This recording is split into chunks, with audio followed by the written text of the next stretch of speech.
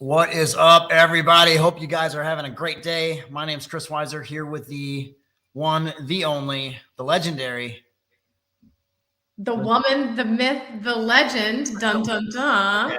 I like that you called yourself that. Yeah, of course, right? I'm here with Lindsay Badillo. Good afternoon, Lindsay. How you doing? What's up, everybody? So we a little bit of green room to start. This is kind of a little bit different. So just so you guys know, we got a lot of people live with us, and I'm just getting a bunch of weird errors. So that's kind of odd. Something just broke across that Windows computer of yours. No, StreamYard broke. Something just said that it deleted. This looks like the stream was deleted on Facebook. That's great. Oh. Okay, well, I'm gonna try and create a new stream. So let's see how that works. Yeah, it's not working. So. All right. Well, I guess we're not going to be in the big Facebook group today. It says it's on my end. That's weird. Yeah, it's giving me some weird errors. I don't know. Maybe hopefully it was working. I don't know. But anyway, Facebook's wonky sometimes. So we're live on StreamYard webinar, which you guys that are here with us on the webinar, we're here. Got you in the chat. We're Gucci on that. That's an Austin word, by the way. If things are good, things are Gucci. That is my word. You have taken my word. No, that's an Austin word, bro. Come on. Anyway, we're live on the webinar, which is StreamYard webinar. We are also broadcasting on the 7-Figure MSP Facebook page, in 3 other Facebook groups, on LinkedIn and on YouTube. So we got a lot of simulcasts going today. We moved over to StreamYard about a month and a half ago, just kind of Zoom's getting clunky. We got some issues with it, also some security concerns. So I kind of made the executive decision.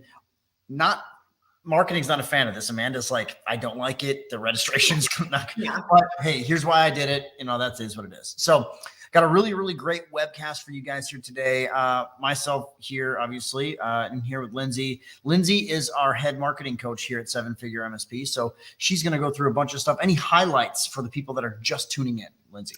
Yeah, so I think what makes today's training really cool is that not only are you walking away with strategy, because that is my superpower, is giving you guys like just really clear strategy, but you also walk away with the why of like understanding why we work our system this way and why we build our pipeline this way, and really having this in-depth understanding so that you as like CEO or, head leader in charge of your company, like so that you can run this, but also you can take this back to your team.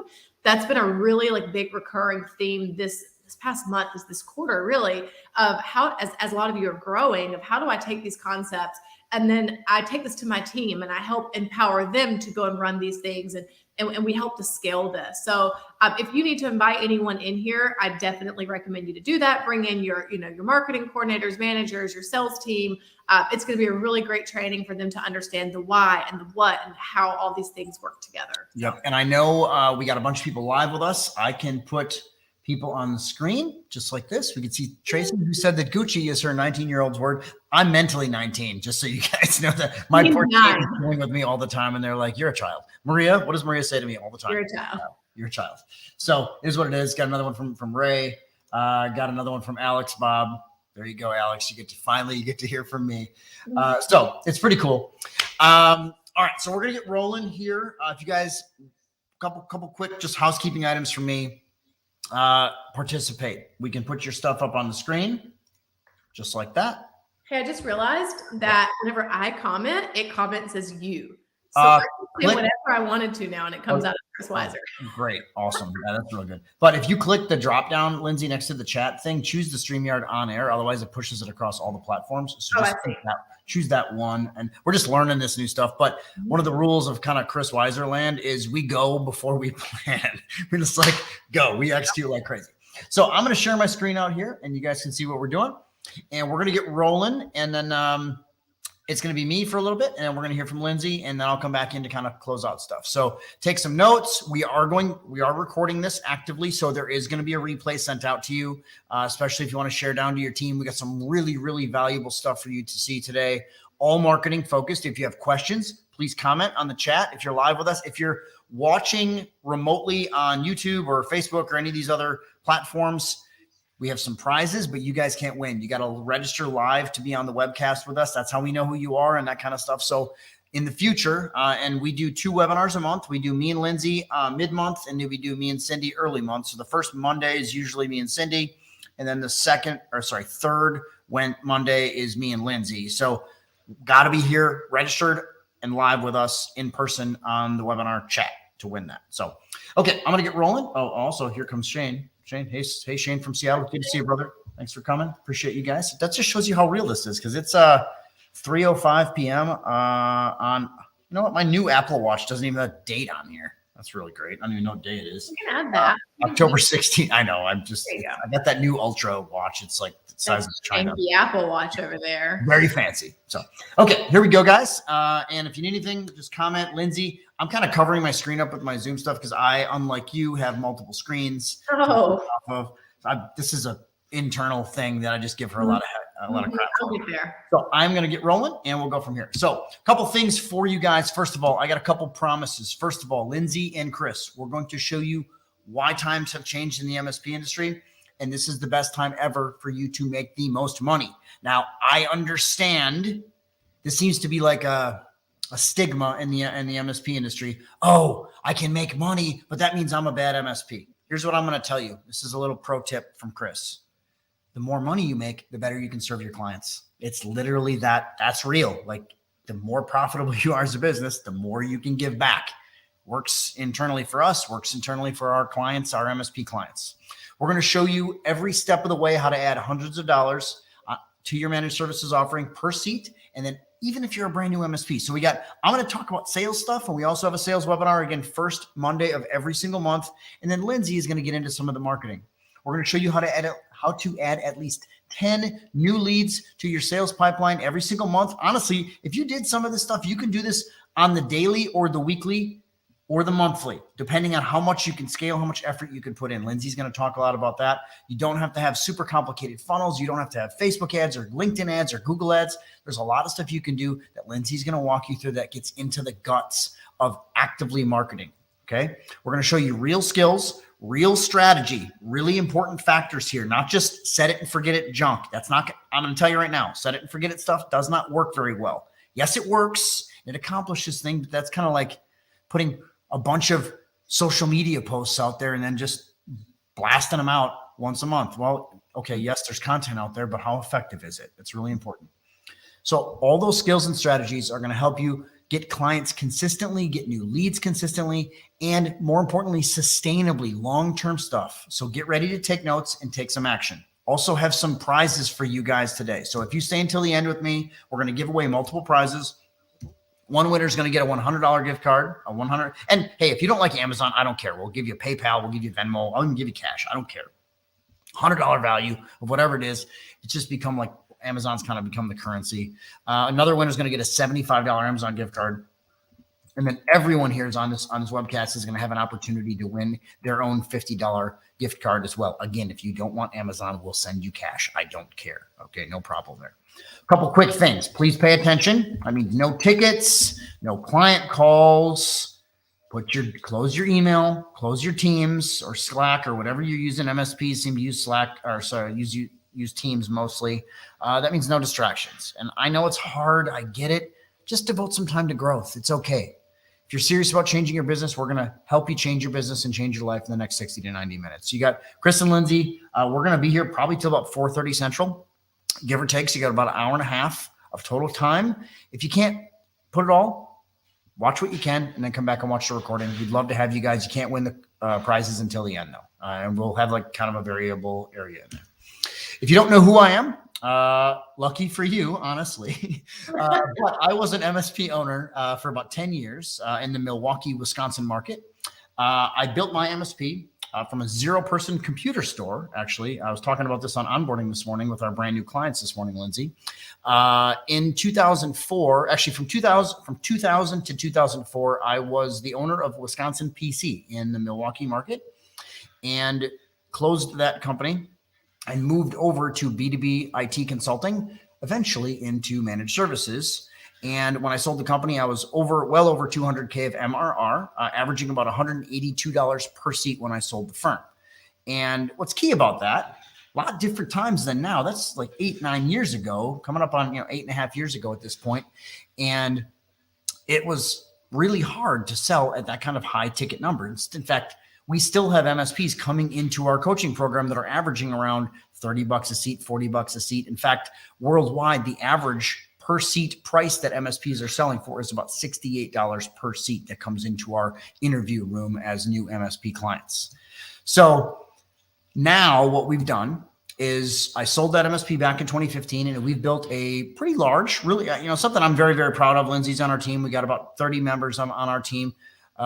We are a multi-million-dollar coaching firm specializing in the MSP industry. That is called Seven Figure MSP. You see me on stage right here. I was a lot chubbier then, huh, Lindsay? Like I lost about 35 pounds since then.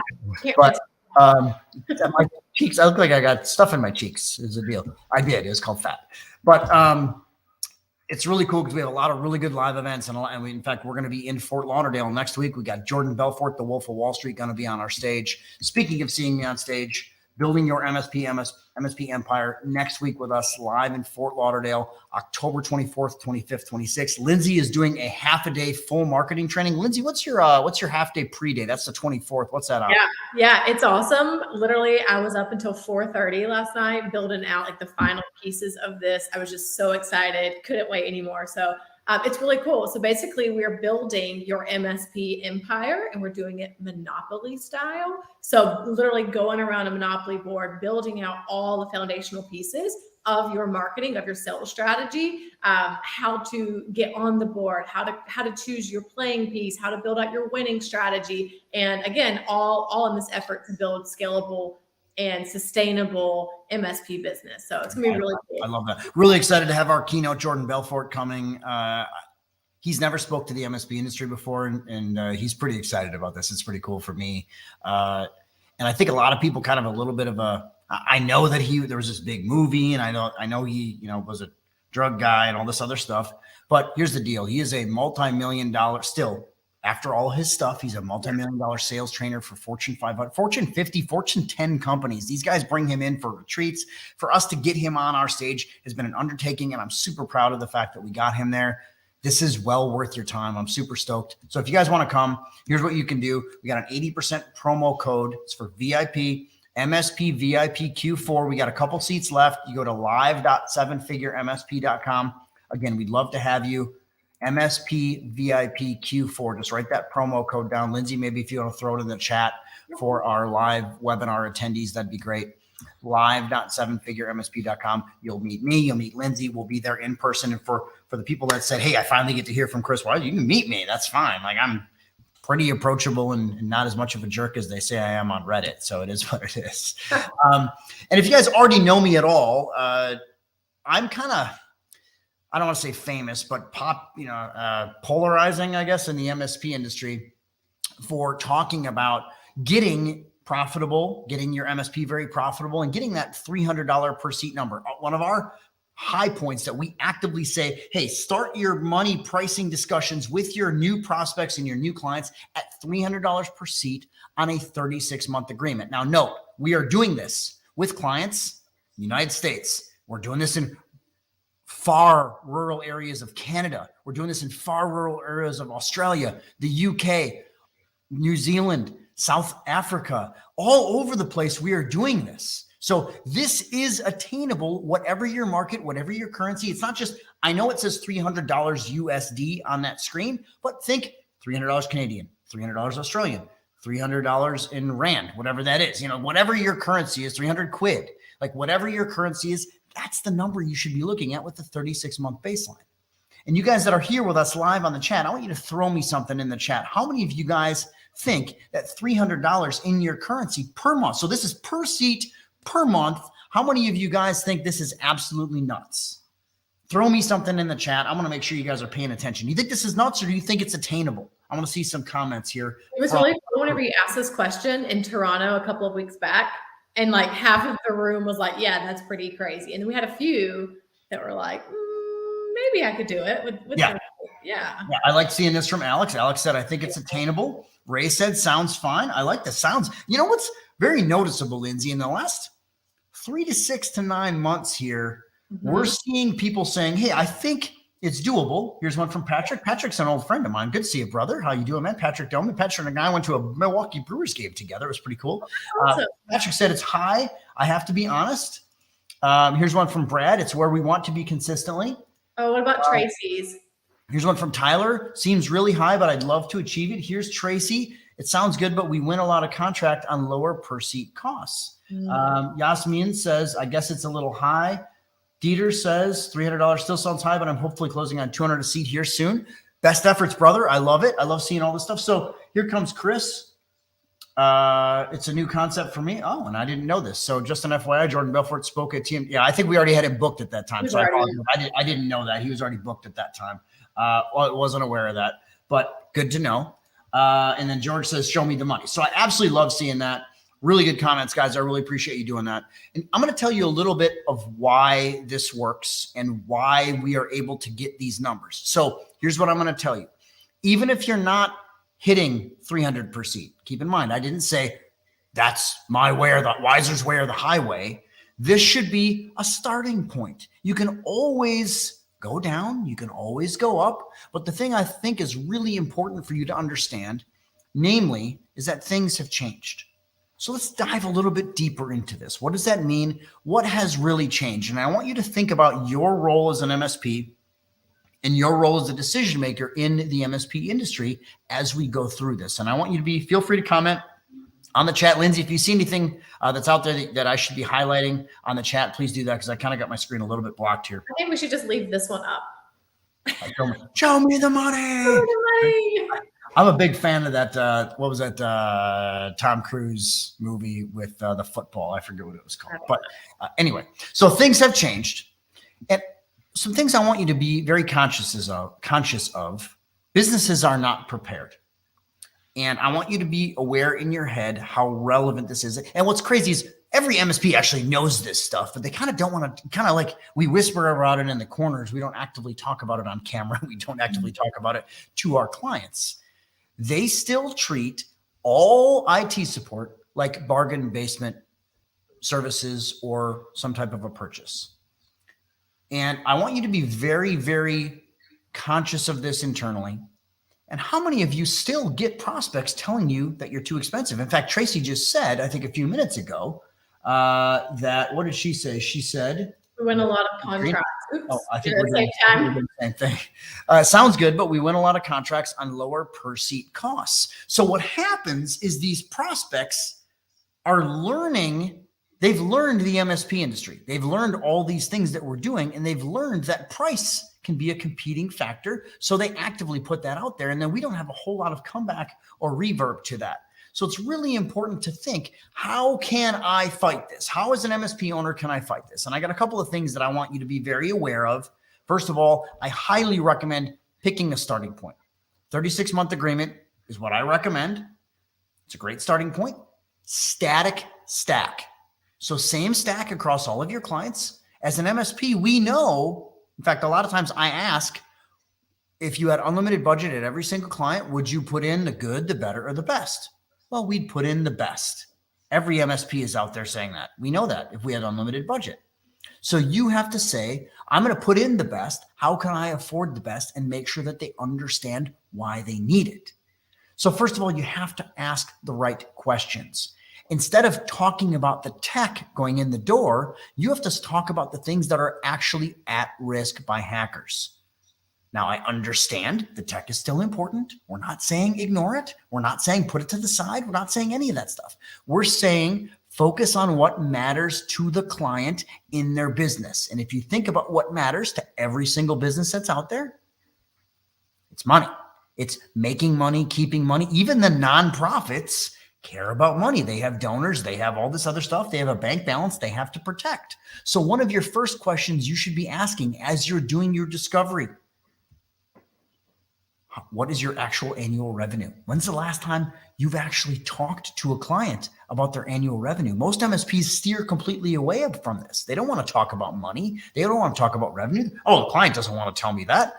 They don't want to tell you that because you've given them no reason. They're also conditioned in this industry not to release that.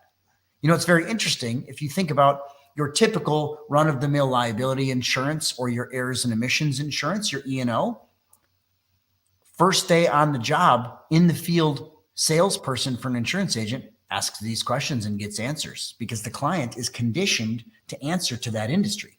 We have to make sure they understand why this is relevant. So ask them, what is your revenue? That's question number one. Question number two, how much money? Oh, there's a typo. I forgot to fix my typo from last month. Damn it. How many money? This is English, Chris, by the way. How many monies? How many monies? How much money do you actually have in your bank accounts? And a lot of people are saying, well, nobody's going to tell me that. Okay. There's even a great rebuttal for that.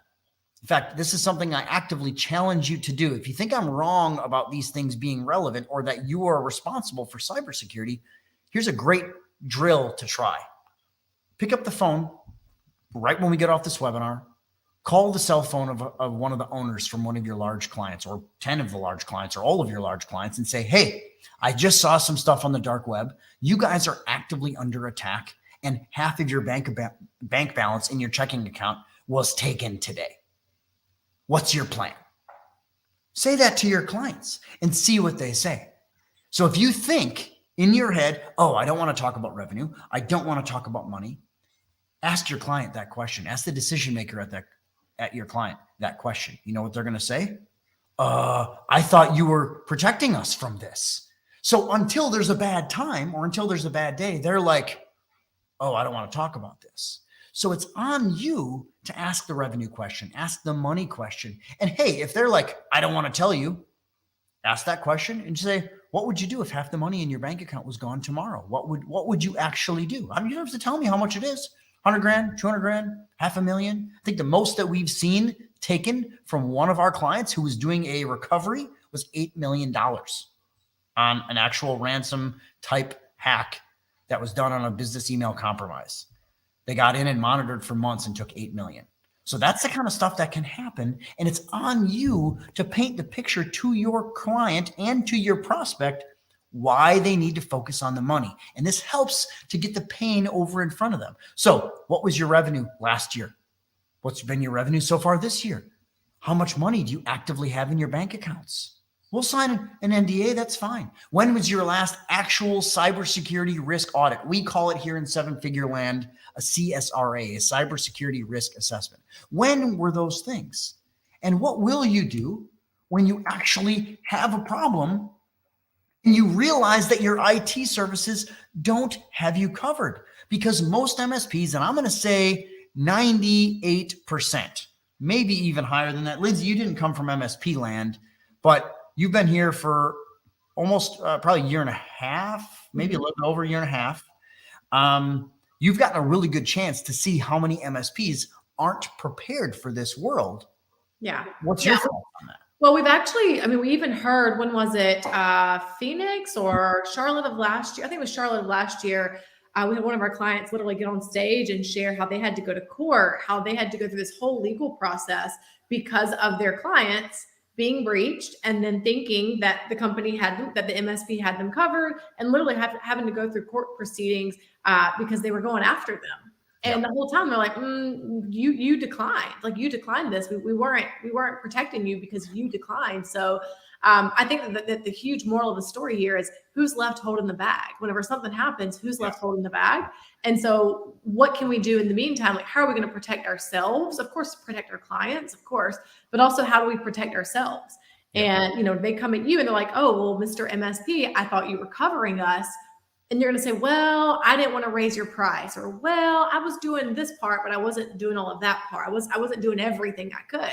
Everybody's buddy until the shit hits the fan is what I'll say on that. Right. So I love your feedback. And again, Lindsay came from digital marketing land. She's honestly, I'm gonna tell you this, Lindsay, you're probably the best educator I know, which is pretty cool that you're on our team, which is great. Yeah. But it just shows how relevant that stuff is.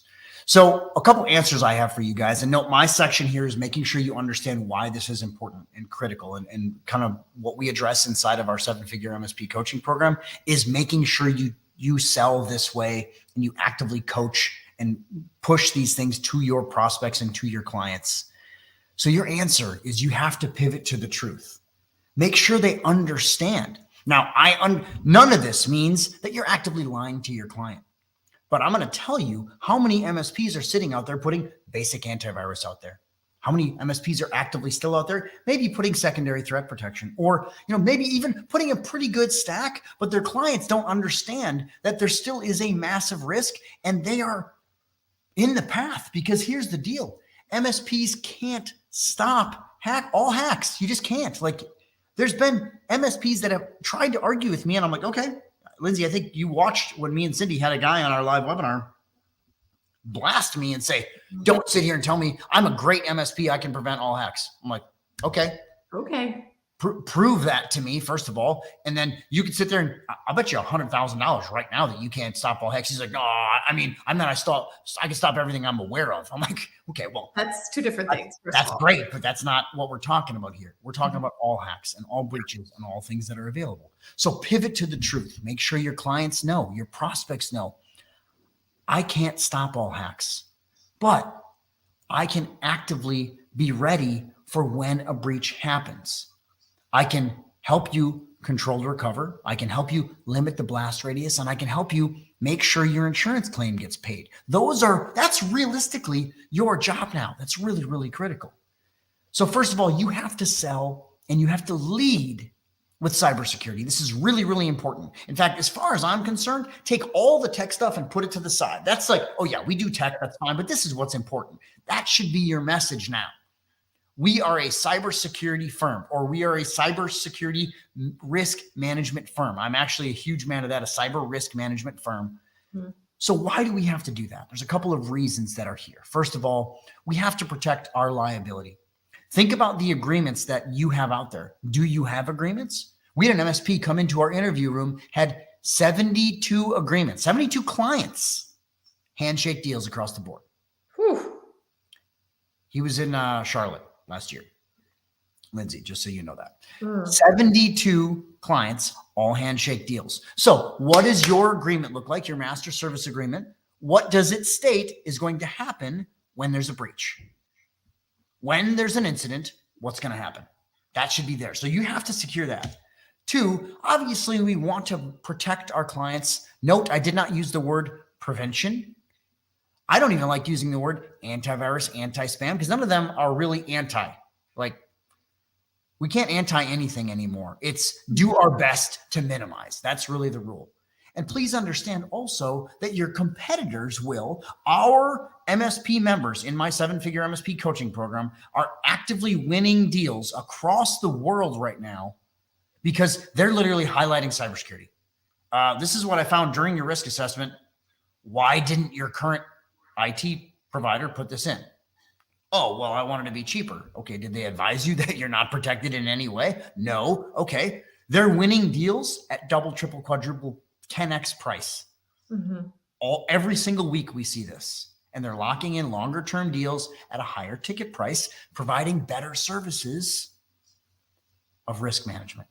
I think what gets me excited about that is that they're actually having to do less work, because if you can sign $300 clients rather than $150 per seat clients, you're going to have less of the client load and still make the same amount of money. So yeah, that's cool. I'll talk about Brett Gallant in a little bit here, but Brett's a great example. He's in Miramichi, New Brunswick, Canada. Like, not a lot of people, 18,000 people. Here's another factor.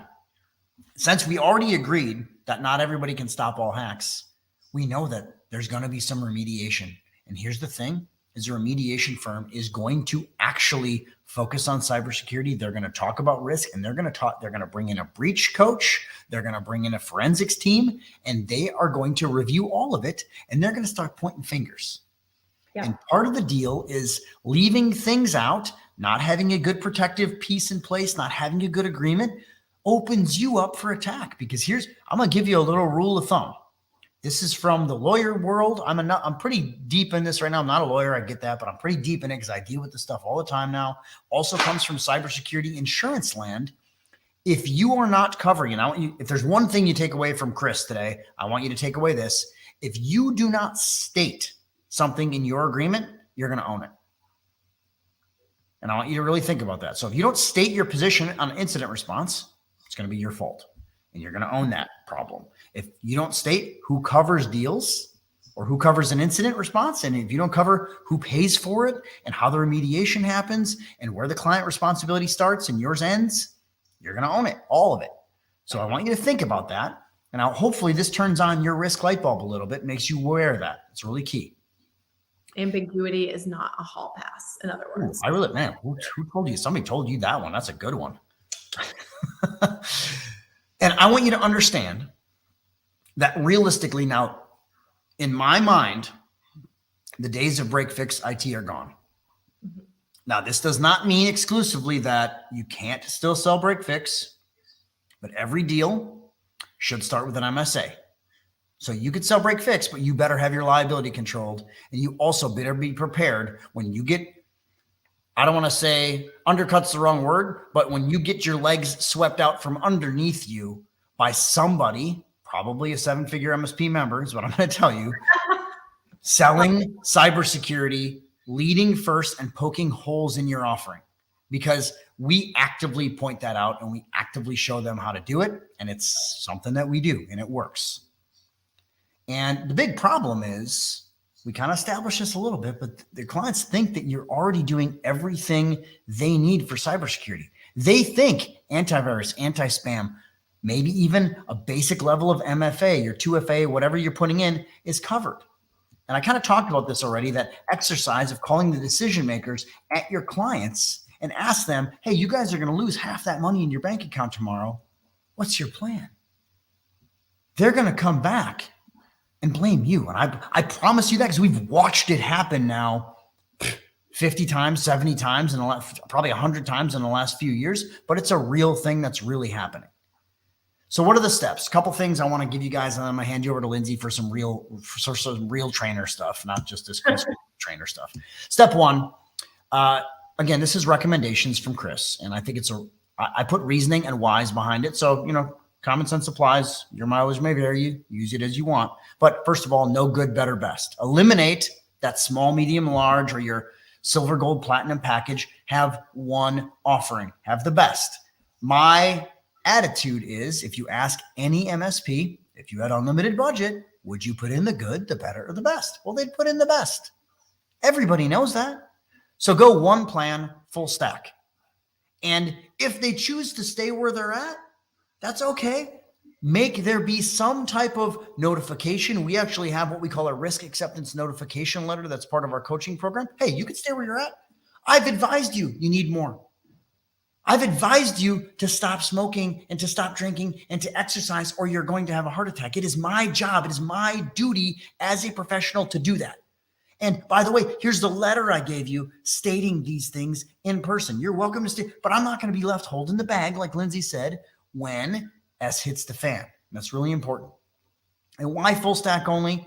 That liability thing is a real factor, because I want you to think about this. How will you, or maybe shifting that risk over to your clients, how are you going to refute a charge of gross negligence? Because please understand where you're at now. Most companies, at least in the United States and Canada, I know there's some anomalies all over the place. Australia is definitely moving forward right now, fast, because they had that Opus breach and a couple other ones right now, but we just had the MGM hack here. And all these businesses now, they have general liability insurance. They also have errors and omissions insurance. And now those same carriers are coming back and saying, hey, you need to put cybersecurity coverage in place. It's a line item.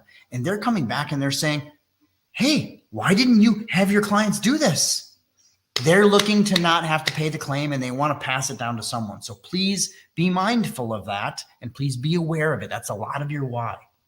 And you have to do a client discovery risk assessment. In 7-figure MSP land, every single engagement, existing client engagement, brand new prospect engagement, every single engagement starts with a full cybersecurity risk assessment. Now, we recommend, without question, stop giving away your network discoveries, stop giving away your network assessments, do a full paid, and we teach you how to sell them too, by the way, cybersecurity risk assessment. Yes, we want to gather data. That's important and that's key. But we also want to find those pain and find those issues. We want to find the actual risk, some examples of risk. How much money is in their bank account? What's the average bank balance they're risking? What's the actual revenue? How much intellectual property they have? Maybe even looking at all of their executives and their staff browsers and seeing how many plain text passwords are sitting out there. putting that all out there and then tying it back with a hook that is emotional. I'm not saying lie. I'm not saying sell FUD. FUD means fear, uncertainty, and doubt. I'm not saying any of those things. I'm saying present the reality of your cybersecurity assessment findings, not how much RAM they have, not how much hard drive space they have on their desktops. Like that stuff, great, doesn't matter. What matters is the stuff that they're actually going to lose when they have a breach. Show that to them. I know it's uncomfortable. I know it's not fun at all, but you have to do that. And then as you get past that, present your actual findings. And here's the big key. Stop talking about the tools. Stop talking about your backups or your RMMs or your PSAs or your antiviruses or your EDRs or any of this other stuff. Stop talking tech. Instead, highlight the pain points and the risk that I just talked about to create all the emotion and create that need in your client. You have to turn on that risk light bulb, that holy crap. So if I get hacked, they could get into my bank account? Yes, that's exactly what I'm telling you. Why do you think the banks, anybody done a wire transfer lately or a Zelle lately? And you see, like I have Chase, literally every time I'm logging into Zelle now, they put a thing up that makes you agree to it. Beware of this, beware of this, be aware of this. Check a checkbox. Stop sending to dumb people. Stop sending to fake stuff because it's so rampant. And your job now during the sales process is to follow a static process, present the risk, and make sure they understand you're going to get hacked. I can't stop it. We have to plan for a bad day. Oh, but Chris, I don't want to say that because it makes me look like I'm a bad IT guy. No, you're still doing your job. Pivot to the truth. The reality of, and I'm sorry, it just is what it is. Like that's the truth, right? And if you do not turn on the risk light bulb, you'll never create the need. And when you create that need and that emotion, people have less objections and they make faster decisions to higher prices. And I can already hear you guys say, but Chris, I can't sell $300 per seat in my market. We saw some of this earlier. Mm-hmm. People do not extensively deliberate on price when they have a real need that's tied with an emotional hook. Bam. That's real. And that's true. You think about anything in your life and you eliminate that price objection by highlighting that pain, showing them their needs. Yes, we want to show them the physical inventory. I know that's really important. I know that's how it's always been done in this industry. This industry was ripe for change. Also, this is the best time ever you guys have ever seen to sell. Stop doing stuff the same old way because you read some book you found on Amazon or at a show. You also have to make sure you show them the things that MSPs aren't traditionally supporting. I'm going to give you a couple of great examples here of some case studies from our clients. I'm not going to over the top on this because this isn't a massive sales pitch, but bottom line is we got guys here, Felipe, Raj, Reginald, all seeing, in fact, Felipe's bottom right, upgraded another client from $83 a user, existing client, to $200 a user with a ramp period of 3 months, then going up again to $300 a user. Felipe's still killing it in our program. Reginald, same thing. This was a little bit, I think it was a year and a half ago, January, that one came from, but celebrating a new win, although not my first ever win since signing up with Wiser, but it is my first 3-year ironclad contract with yearly increases. These are the kind of things that you have to be in place. Okay. All right. So I'm going to stop for a minute. Lindsay, if you want to share your. Oh, here it comes. Moment of truth. Can Lindsay share? She's on her single screen Mac, guys. So please prepare yourself for this. Dun, dun, dun. All right, here we go. Really quick, while we're doing that, I'm just going to show this on the screen from Tyler. I hear that all the time, that I seem expensive, and I'm nowhere close to that 300. So Tyler, I want you to understand how important the messaging is, because what your clients are hearing is, oh, this is a commoditized offering and he's the same as the other guy and he's more expensive. You have to separate it so much that they see so much value and they're like, oh my God, I have to have this. Yes, it's a lot of money, but I need to budget for it. That's what they need to plan for. Lindsay, you have no idea what you're doing. I'm really working on this. It's making me start from the top and represent. So I'm just clicking through. So hold tight. She'll get here, guys. Wait, tell me in the chat before we do this. I want to hear in the chat. What are you guys thinking right now? What are your thoughts? Do you think that you can sell for $300 a seat? What do you feel like, your existing clients would say? if you went to them with this risk conversation? Let me know what you guys are thinking in the chat. Yeah, so that's actually a really good point. If you went to your existing clients to have this, and note, this is the first thing that we have you do in our 7-figure MSP Elite coaching program is we have you go back to your existing client base and work through them to make sure, number one, you're practicing. Number two, you're locking down your liability. But number three, you're increasing your recurring revenue with your current client base. That's really key. So here's one from Tracy. This has been on my mind for a while, protecting our clients and ourselves. All right, Lindsay, congratulations, Lindsay. Really good job. I'm like happy dance over here. And here's another one from Barry. Now I think I can even sell for more than $300 a seat. And Barry, here's what I'm going to tell you. The stuff I'm selling is not rocket science. There's no secret sauce in 7. You know what the secret sauce is? Follow our directions and execute. That's the secret sauce. Like, that's it. And it's not like, it's just an accelerant. That's really what we are. And it's really key. So, here's another one. Sitting at 0 clients since I'm trying to get going now. So unsure. Chris, shoot me a DM on Facebook if you want. I'll kind of help you get started. I got some stuff that I can help you with. So that's key. Here's another one from Bob. Funny how $300 now seems very possible. Or sorry, Alex Bob. I'm sorry. Here's another one from LinkedIn user. I can't tell you who you are because it's not authenticated, but I'm in talks with a prospect who loves their current provider, but is extremely clear they don't do cyber. We're currently working on a plan to offer my solution to their entire book of business. Wow. I don't know who that is, but I'm very proud of you. Hopefully that's one of our clients. Wow. I love that. And Yasmin said here, I think it takes some practice. Yasmin, you're spot on with that. Because what's key about this is now it's not about how great your tool stack is. It's about how well you present the risk and the conversations you have to turn on that risk light bulb. It's so key. Yeah, really good. Okay. I'm going to hand the keys over to Lindsay and we'll let her go. Okay, cool. Yeah, all really good stuff. Thank you guys for talking. Really quick. Hold on. What?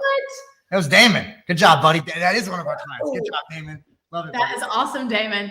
Okay, so as you guys know, times have changed. Like we've been talking for the last 30 minutes. We know that the cyber landscape has changed, and we do not want to be the ones that are held liable for when our clients get hacked.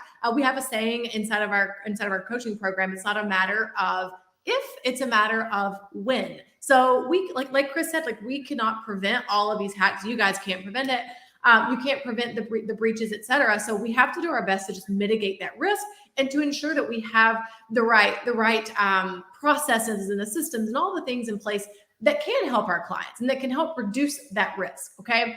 Now, what I'm going to be talking about with you specifically today is how to help you get in the business that is ready to take on that conversation, that's ready to that's ready to go there with their business, that are really in a growth mindset, and they understand that hey, cyber attacks are up, and that there are things that they need to be doing within their company to make sure that they're protected as much as possible. Okay, so before we move into the strategic piece, I do want to share with you guys the why behind this. I want you to understand how the market has shifted, how the buying market has shifted, especially over the last, 2 years or so, 2 to 3 years, and even more so in the past like 12 to 18 months. We've just seen a huge shift in the way that people are making financial decisions, how they're making both personal and business decisions. Why is that word so hard today? How they're making those decisions going forward. And because I think it's important that we know the why before we jump into the strategy. Okay, so before we do that, let me hear from you one more time in the chat. One more time in the chat. I encourage a lot of participation. I think that's how you pull the most out of these trainings. Whenever you're participating, you're ready, you're collaborating with each other. So let me know in the chat, whenever it comes to you getting new business and new leads, new people in the door to have these conversations with, what's your biggest obstacle? Is it that you are getting price objections? Is it that you just don't really have the leads coming in? Is it that you don't have the time? You're here for a reason, okay? So tell me in the chat, what's your reason for being here? What are you seeing whenever it comes to getting people in the door, having these conversations, getting deals closed? What are you seeing? And Chris, I can't share anything right now because I'm looking at my presentation. So if you want to share some of those, feel free to. Here's one from Alex Bob. Price objections, man. Patrick Bellman said sometimes it's me, myself, and I. Okay. Yep. Price objections. And then I'm assuming me, myself, and I have just meaning like you're standing in your own way or it's time. Yeah, that's probably what it is. I agree with that. Okay. Here's one from Tyler. Getting legitimate attention from a decision maker to even pitch my pitch. Ooh. One thing I would caution you on is be careful to call it a pitch, because it's one thing to call it that internally, which who cares? But you don't want to call it a pitch to your prospect because you want them to think that. Patrick said, yes, what you said was right there. Here's one from Jonathan, getting good leads or getting past that first contact. Yeah. Mike Sontag said price objections as well as just getting the leads needed. Dieter said leads, A, leads, B, price objections, C, don't cold call. Tracy said lately every company we met with is obviously price matching. Yeah. Brad Catania said we need to be better with closing.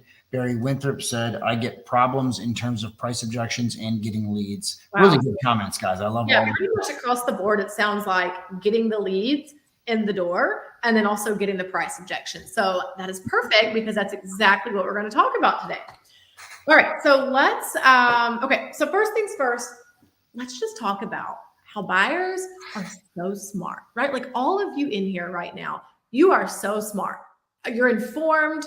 You're here. You come here to learn this one specific thing. You probably did your research before you came here today. And you're smart, right? Like you're comparing things, you're Googling, you're researching. You've probably read some books, right? You're probably attending some other marketing webinars, etc. No one's as cool as we are, but that's okay. All right. But if you're doing that, your customers and your prospects and your leads are also doing the same thing. Okay. So for an example, I'm in the market for a new Fitbit. I had an Apple Watch. I sold it. I didn't like it. I want a Fitbit. I don't want to be able to check my email from my watch, right? I think that's way too connected for me. Okay. So I was looking yesterday at the Fitbit Luxe. And I'm like, okay, I really like this one. It's nice. It's sleek. And I'm like, but wait a minute. What about the charge? They have a new charge that's out. So I go do some research.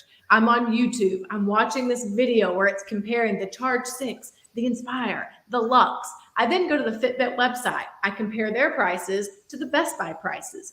Then I compare those to the Amazon. And I'm like, oh, could I go pick it up from Best Buy? Or should I do the 2-day or the 1-day shipping from Amazon?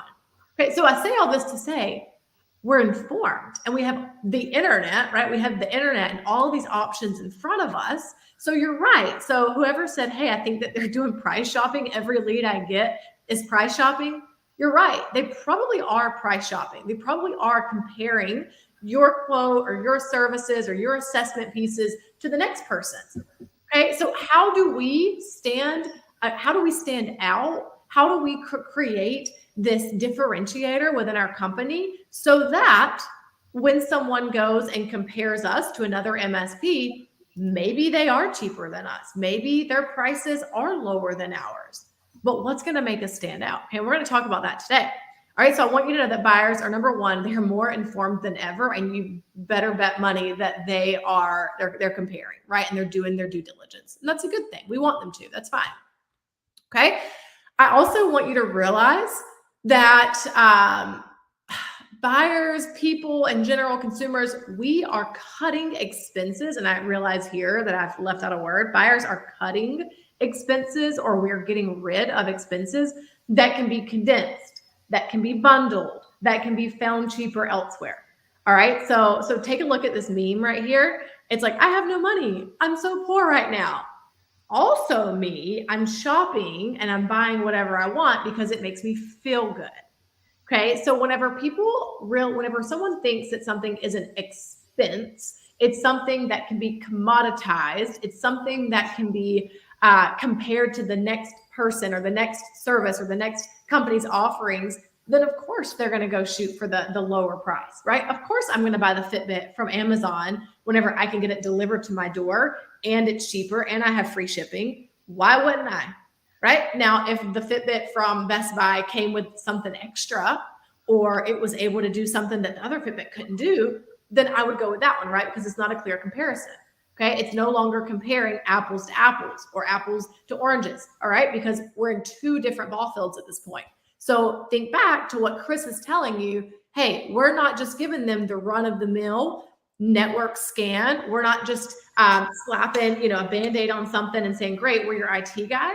We are now providing this elevated service that cannot just be commoditized. That's not just, they're not able to take this quote with all this line item invoice of everything it is that you offer in your company. They can't just go take that to the next MSP down the road and say, hey, price match this. We don't do that. That's not how it works. Why? Because we're providing a solution.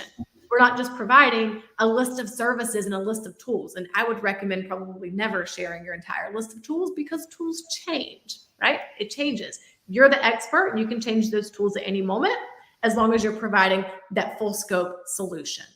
Okay, so I want you to think about this whenever people are price shopping you, whenever your leads or your current clients, whenever you're having these conversations with them, most likely, and maybe there are some cases where this is true, but most likely it's not that the money is not there.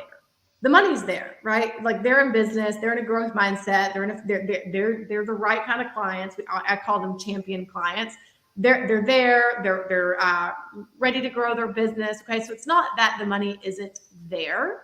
It's that they would rather spend the money somewhere else, right? We haven't created that emotional need yet. We've not created that emotional tie yet. We haven't tied our services to how it is that we're going to help their company grow over the long haul. How do we make them better as a company? How do we help their overall business trajectory? That's how you're going to get out of this, this is just another expense. Let me go find someone cheaper. Oh, well, let me go find the next person who said that they can do it this way. And it's going to be half the price. We want to get out of that. We don't want to be in that place. Okay. And then last thing here, if we're going to charge a higher price, and this really goes without saying, guys, because I know that all of you want to provide the best services for your clients. I know that, but just because I want to back up where we're going. If we're going to charge a higher price, we've got to have a higher experience. Okay. So I want all of us to feel just really, really confident about going to our clients and saying, hey, times have changed. Cyber attacks are up. We're going to be running the cybersecurity risk assessment and we'll be presenting you with our findings. Okay, I want you to feel really confident in doing that because, yeah, their price is going to go up, but you're also providing this next level of service. You're also providing this emotional tie, right, to the longevity of their business. You're helping their family's personal information from ending up on the dark web. You're helping their clients' personal information from ending up in the hands of somebody who really doesn't need that. Okay, so we have to make sure that whenever we're coming in hot, as we like to say, we're going to have this higher price. We got to stand confidently in that. We've got to stand just like really convicted in our pricing and in the services that we're providing, because as soon as someone gives you pushback, okay, and if you bend a little bit, people feel that. They absolutely feel that, and they will take advantage of it. Okay, and we don't want that to happen whenever you're in a sales conversation. So can I say something really quick here, Lindsay? Yeah, go ahead. And this is actually something that Cindy, our sales coach, works with you extensively. We talk about this a lot, and part of the scenario is in MSP land. What's happened is early stages. We were desperate for every dollar, and we just talked to someone that was just starting up. So you're kind of desperate for every dollar. So we kind of skimp on sales. We'll throw a lot more at them, and we give them whatever we can. And then as we scale, what's happening, and maybe as we grow, we are not scaling is part of the problem. As we grow, we kind of hit this point where I kind of call it the MSP wheel of death. We have too much work, not enough money because we're not charging the right way to hire people. So we're having to spend all the time. So as owners, we can't put enough time into doing the right things. And we just go around the circle. And what happens is we come around the circle to a new prospect and we're like, oh, I'll do whatever I can to get your business. And we're kind of like puking all over ourselves just to get the deal versus selling it the right way and also embracing our no. So it's really, and embracing your no doesn't necessarily mean saying no to every deal. It means sell one suite, embrace your package, and stand behind your why. Think about every other professional services industry that we work with. If you go to the doctor and you're like, no, I want it cheaper. They're like, okay, have fun. Go to some crappy cheap doctor in a shed behind the bleachers back there. Like that's the kind of stuff that, or you think about having the cheap CPA, like any anybody that gets a cheap, crappy CPA. It's really funny. My neighbor just texted the group. He's like, anybody got a better CPA? Mine's too cheap and crappy. Like literally, this was a conversation that happened an hour ago. Think about any of that in our regular lives. We're like, no, I don't want that. So you have to enable yourself to charge the right way. It's really important. And it's really important that you embrace your no. And it goes along with what all the stuff we're talking about here. We're trying to make sure we establish a why in you so you understand what matters and why it's important. Yeah, and I really like the way you put that, to enable yourself to say no, enable yourself to charge higher prices. We actually celebrate the no's. So we'll get like our clients coming into the Facebook group, like our client only group, and saying, hey, I'm going to call this a win. I just got off of a first time appointment and I told them no. And I pointed them in a different direction. They were not a fit for us because of X, Y, Z. And so we celebrate those no's just as much as we do the yeses, right? Because every time you say no to one thing, you're making space for what is right for you, and vice versa. Every time you say yes to something, you're saying no to something else. So you got to be careful with that. Okay, so let's keep going. Here was an example. This was actually, this came up whenever it was like hurricane season here. I live in Jacksonville. And so here's what I mean. If your mortgage company calls you and they say, hey, your monthly payment is going up, so they're going to charge a higher price. Okay. But from now on, we're going to trim the tree. They're going to, trim the pine trees that are around our yard. They're going to make sure that the pond behind us drains appropriately. They're going to make sure that they're extracting any dead trees. They're going to patch up our roof as needed. How would I respond? Well, I know how I would respond. I live in Florida. Hurricanes are like every other week, basically. Okay. It rains like crazy here. So I know exactly what I would say. I would say, sure, go ahead. Absolutely.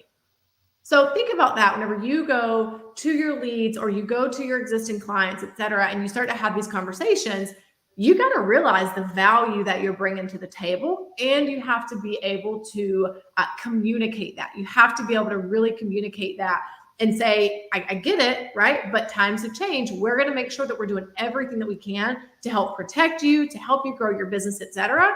And this is how we're going to do that. This is why we do that.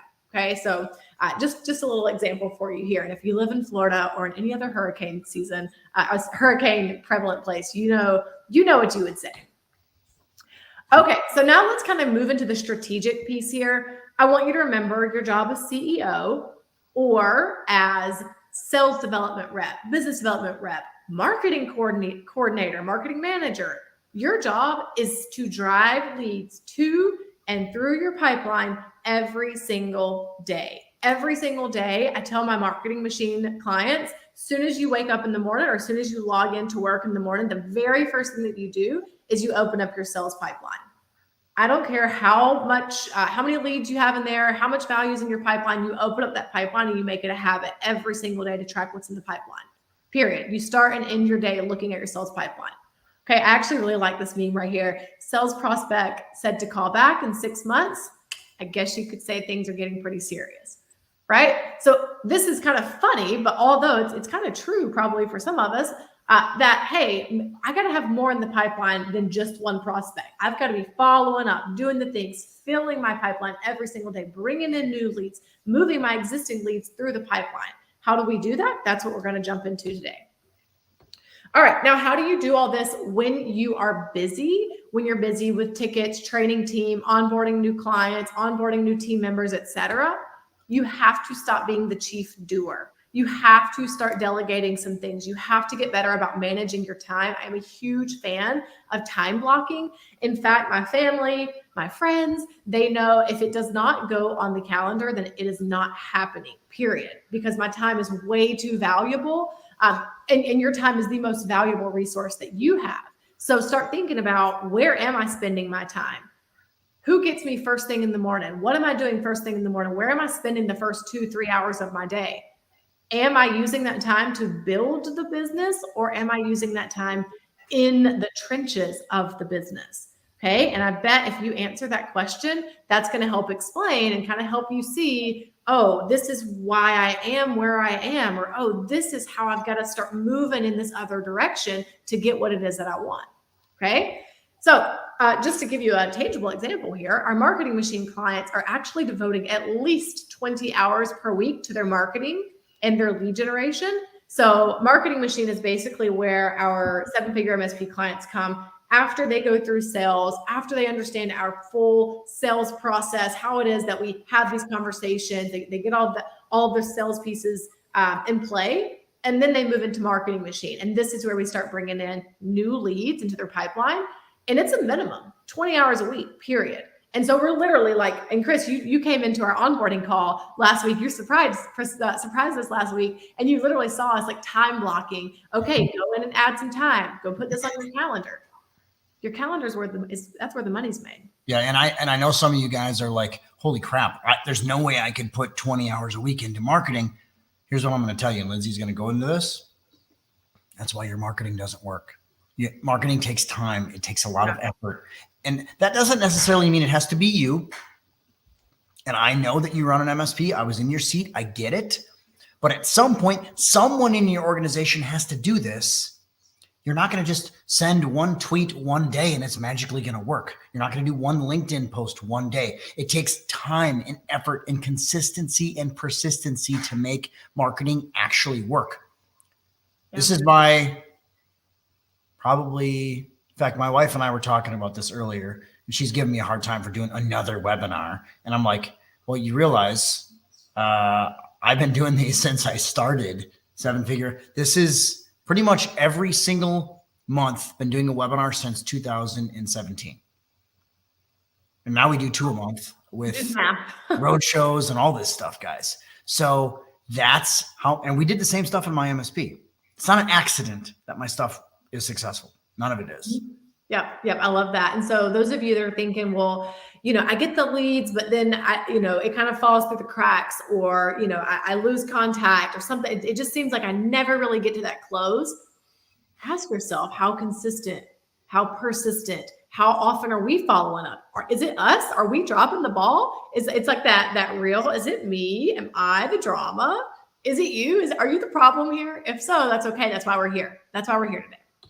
Okay, so you can see here just a couple of our marketing machine clients who are actively doing these things. They are running campaigns. They are running webinars. They're booking appointments. They're getting in front of hundreds, dozens of their ideal clients and positioning themselves as this go-to IT and cybersecurity expert. We work really, really hard. We are so intentional about that inside of Seven Figure MSP about positioning you guys as the cybersecurity companies, as these authoritative and just expert figures inside of your industry. Okay, because the truth of the matter is, if you are not positioning yourself as an expert, number one, nobody else is going to do it for you, and number two, new people come into the space every single day. Every single day, somebody wakes up and they decide that they want that business. So you have to beat them to it. Every single day, we have to be the ones that are doing this. Hey, so, Lindsay, really quick, I had a comment from, I think this is still Damon. He said, what has helped me is starting with 1 hour per day and working my way up from there, building the habit and slowly integrating it into my schedule. 100% fine with that. Like 1% better every day, man. I'm totally fine with that. This is a different, and the trick with marketing is it's a uncomfortable thing. This is kind of like fish out of water stuff. So you have to kind of push yourself into it. Our goal is to give you as much structure and coaching as we can. Yep. Which is really where the power of your community comes in, and the power of the group and the mastermind, the hive mind, and just keeping each other accountable. Okay. Let me see. Okay. So the thing that our marketing machine clients, the thing that our 7-figure MSP students do that really makes such a huge difference in their results is that they immerse themselves into owning their pipeline, period. I mean, it's really not anything super crazy. They just take massive ownership of their results. And they know that every single day, if I'm not putting leads in the pipeline, nobody else is doing it. So, how do they do it though? Let me tell you what they don't do. And I'm going to go through this kind of fast just so that I can keep us on schedule here, but they're not copying and pasting what they see other people doing from the outside looking in. They're not dumping it all on their teams, expecting overnight results. How many of you can say, oh, I just hired this new marketing person and they're not getting me any leads? Well, how much of that strategy are you actually controlling, right? They're not outsourcing it to all-in-one marketing agencies. This one may be a little controversial. They are also not depending on referrals alone. They're not saying that they're too introverted to market or network. How many of you in here would classify yourselves as an introvert? I'm curious. They do not hide in the shadows and wait for the leads to come to them. They are not soaking up, now listen to this one, they're not soaking up tons of free info and then never taking action. I am so glad and I'm so honored that you are here with us on this lovely Monday afternoon. And this is a free educational event that we are putting on for you all. And you're going to walk away with some like really cool resources today, but you got to go take action. Otherwise, it's null and void, right? So you got to take this stuff and you got to go take it and take action and do something. You got to execute on something. And they do not sit behind their computers, spending weeks or months building out the perfect ebook or the perfect funnel or the perfect freebie or whatever it is, all of that just to kind of waste time. All that's wasting time behind your computer, not getting out, not having conversations, not feeding your pipeline. Okay, so these are things that our most successful clients are not doing. Now, what are they doing? They are, number one, getting out of their bubble. And everyone always kind of laughs at this because it sounds a little cheesy, but it's true. They're getting out of their bubble and they're positioning themselves as a cybersecurity expert. They're getting into the rooms with their ideal clients. And I'm going to tell you what this actually means and how we do this here in just a few minutes. They are building lists. They are literally building lists of ideal clients. And then they're going out and they're directly building relationships with those ideal clients. So they are not relying on the old saying, if I build it, they will come. That's a lie. That's a lie that keeps a lot of people broke. Okay. Because it's not true. If I build it, they probably won't come. I got to go out and I got to go get it. Okay, so you got to build lists. We have to be building relationships with those people who are on the list. And then last, they are practicing skills, okay? Skills that actually help them create this rinse and repeat strategy that thrives in today's market.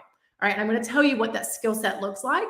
And this is a skill set that's going to last you no matter the economy, no matter what social media platform is trending, no matter what list builder we all like at the time, doesn't matter. This is an actual skill set that our clients are using. Okay, so let's break down the first one right here. So how are our clients getting out of their bubble, quote unquote, and they're getting into the rooms, literally into the rooms with their ideal clients? Number one, they are asking to be there. All right, and let me just tell you kind of like realistically what this means. I mean, when is the last time that you were inside of a room with at least 10 of your ideal clients? I'm curious. Tell me in the chat, when is the last time that you were in a physical or virtual room with 10 of your ideal clients? I'm going to go check the chat really quick. So let me think when I couldn't go to our San Diego event, but we were in, Frank Murphy just said never. Never. Tyler said never. So good example. We host a road show every single month where we go to a steakhouse around the nation here in the United States, actually all in North America right now, because we did Toronto last. I was there. I couldn't go to San Diego. We'll be in Atlanta in a couple of weeks, but we had 50 plus people in that room and they were hand-picked. And Lindsay, you watched me hand build. You want to talk about somebody Lindsay's never watched me market, actually, like never really watched me market. And she's been here 15 months. Mm-hmm. We have a team for that now. Like you watched me, like I actually like really helped build. We didn't have as many people at San Diego as I wanted. And you watched me hand build a campaign in the last 2 weeks. Like it's no joke. Like, okay, this sounds like oddly self-serving, but it's no accident. Yeah. That we're here because it's all like boom, boom, boom, boom, boom, boom. Like everything's very specific and it's purposeful. So, And one of the biggest things is knowing how to fill a room with people, knowing how to fill a digital room. We got a lot of people watching right now. And here's a couple more. Yasmin, never. Alex Bob, never. Tracy Henderson, never. Bill Hunt. And I'm not calling you guys out. I just want you to realize how important this is. Yeah, thank you for sharing that with us. Absolutely. Not calling you out. Shane said never. However, I'm getting with a certain local industry group right now, joining their happy hour this week. Yay! This stuff is key. And in my MSP, guys, way back in 2010, I had an office and we were doing at a minimum monthly live events at my office where we'd have a cloud training day and we'd have 50, and we actually did summits where we had a nonprofit summit. We had another one that was a medical summit. And we would specifically invite executive directors from nonprofits and get them to show up to our office because we were offering, and it was literally just a summit on how to do. Think about what you can do with cybersecurity right now and putting that in front of them. You need time to put this, so when you start thinking, you're like, oh my God, I could put a cybersecurity summit on for nonprofit executives. That's like feeding candy. It's like feeding candy to a baby. I would even position it as like a business growth summit. Yes. Yeah. And it's like, it's not just about cybersecurity. It's about business growth in general, because then they start to associate cybersecurity. Oh, this is just part of growth. And you have a grant writer show up, like you have all this kind of stuff that really benefits their business. And then, oh, by the way, it's sponsored by Tech Squad, which is my MSP, or Sphinx Cyber Solutions, which is Ryan O'Hara, our VP member. It's whatever. That's the kind of stuff you should be focusing on. Yeah. Filling those rooms with ideal candidates, because sales is a numbers game. Yes. So good. So all of this to say, you got to get out of your bubble and you have to literally get into the physical or virtual rooms with your ideal clients. Okay. Now I'm going to share with you, they asked to be there. I'm going to share with you an actual resource, and I'm going to challenge you all to go and do this. Okay. So get ready. But they are positioning their company as cybersecurity first. All right. And here's what I mean. It's not an afterthought. It's not oh, great, you want me to be your IT person. Cool. By the way, we have this cybersecurity stuff to offer you. That's not how it works. It is cybersecurity first, period. It's not if you're interested. It's not, oh yeah, after we do all this project work, then we'll have this conversation with you. No, this is what we do first. We help you grow your business by protecting what matters most, period. Okay. It's cybersecurity first. And then like Chris said, it's IT, of course. It's like the standard. That's like tabletop standards. Yes. But cybersecurity comes first. Okay. They proudly act like the expert. They do not question if they are the expert. Now, some of you in here, you may be kind of transitioning from, being like a break fix shop or being the IT only person or like the technology company. And maybe you are questioning, right? Maybe you're questioning, well, am I the expert in cybersecurity? And how do I put myself in the room as a cybersecurity expert? I don't have any of those certifications in cybersecurity. Chris, did you have any certifications in cybersecurity? Still don't. No. I didn't even go to college, guys. I didn't do it. I never had my A+, never had my Network Plus, never had, I did have some A+ grades in high school. Spelling bee champ. I am the multi-time middle school state spelling bee champ in the state of Wisconsin. That's literally as far as my accolades go. You will be quizzed on that later, everyone. Yes. Yeah, Lindsay and I, this is actually not going to tell a story for another day, but let's just say I beat the pants off Lindsay in a spelling. Oh my God. What was it? Stalactites? Yeah, it's fine. I thought I had a G in it. Anyways. Okay, so as we can see here, anyone can be an expert, as Chris has exemplified. Wow, thanks. That's great. If you don't have the certifications, maybe you don't have decades of experience with cybersecurity. But here's the thing.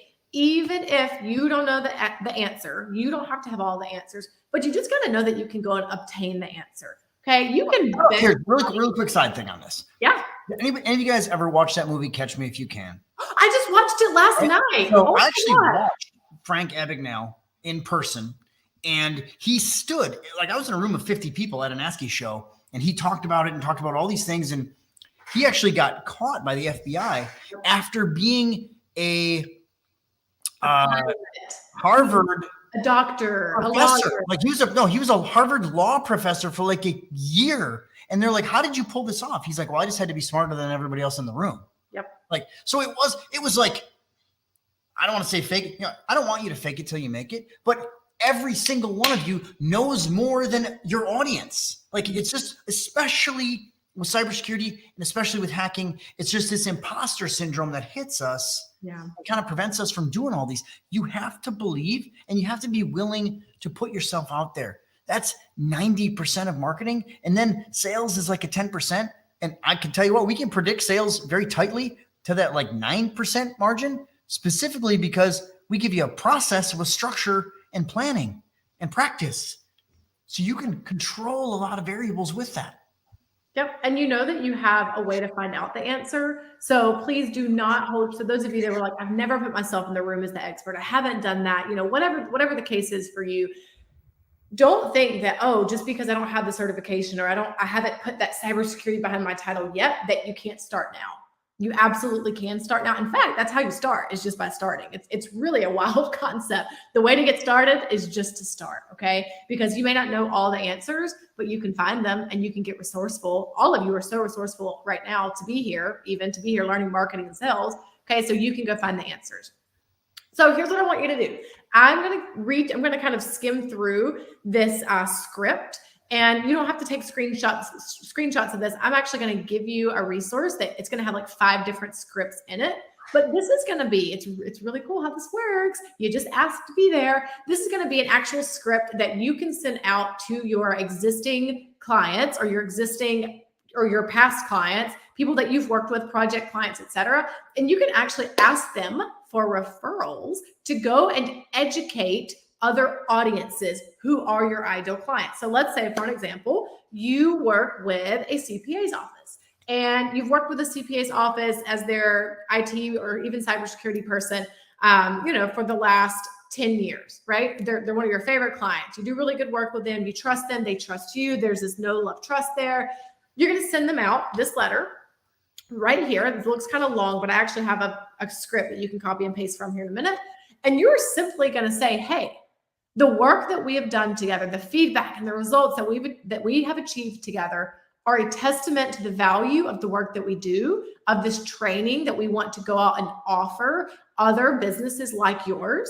Could you refer us to any other businesses that you feel could benefit from this knowledge? This one's actually positioned around Cybersecurity Awareness Month because October is Cybersecurity Awareness Month.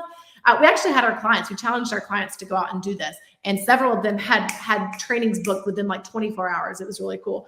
But you then offer your client, something in appreciation of their referral. You could do something as simple as a Friday lunch, like providing their office with lunch. You could do something kind of fun called a fill the fridge.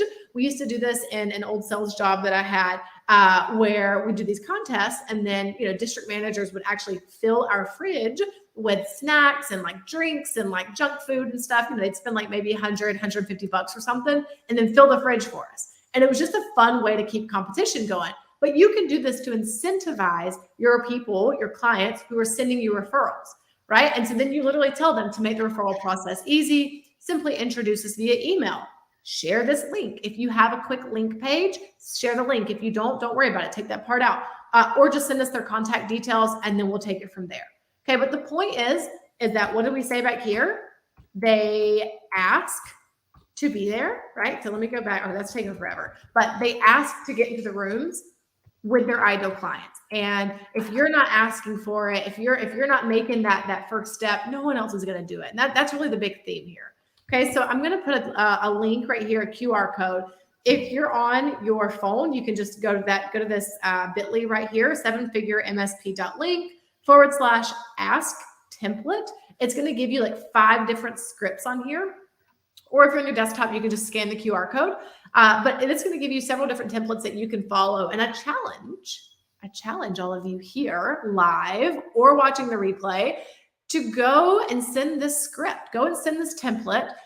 Go through it, edit it, make it your own, plug in your own details, etc. Send it out. Send it out to at least 5, 6, maybe 10 people.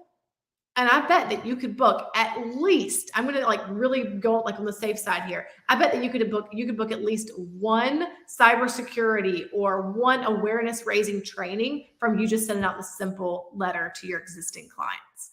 Okay.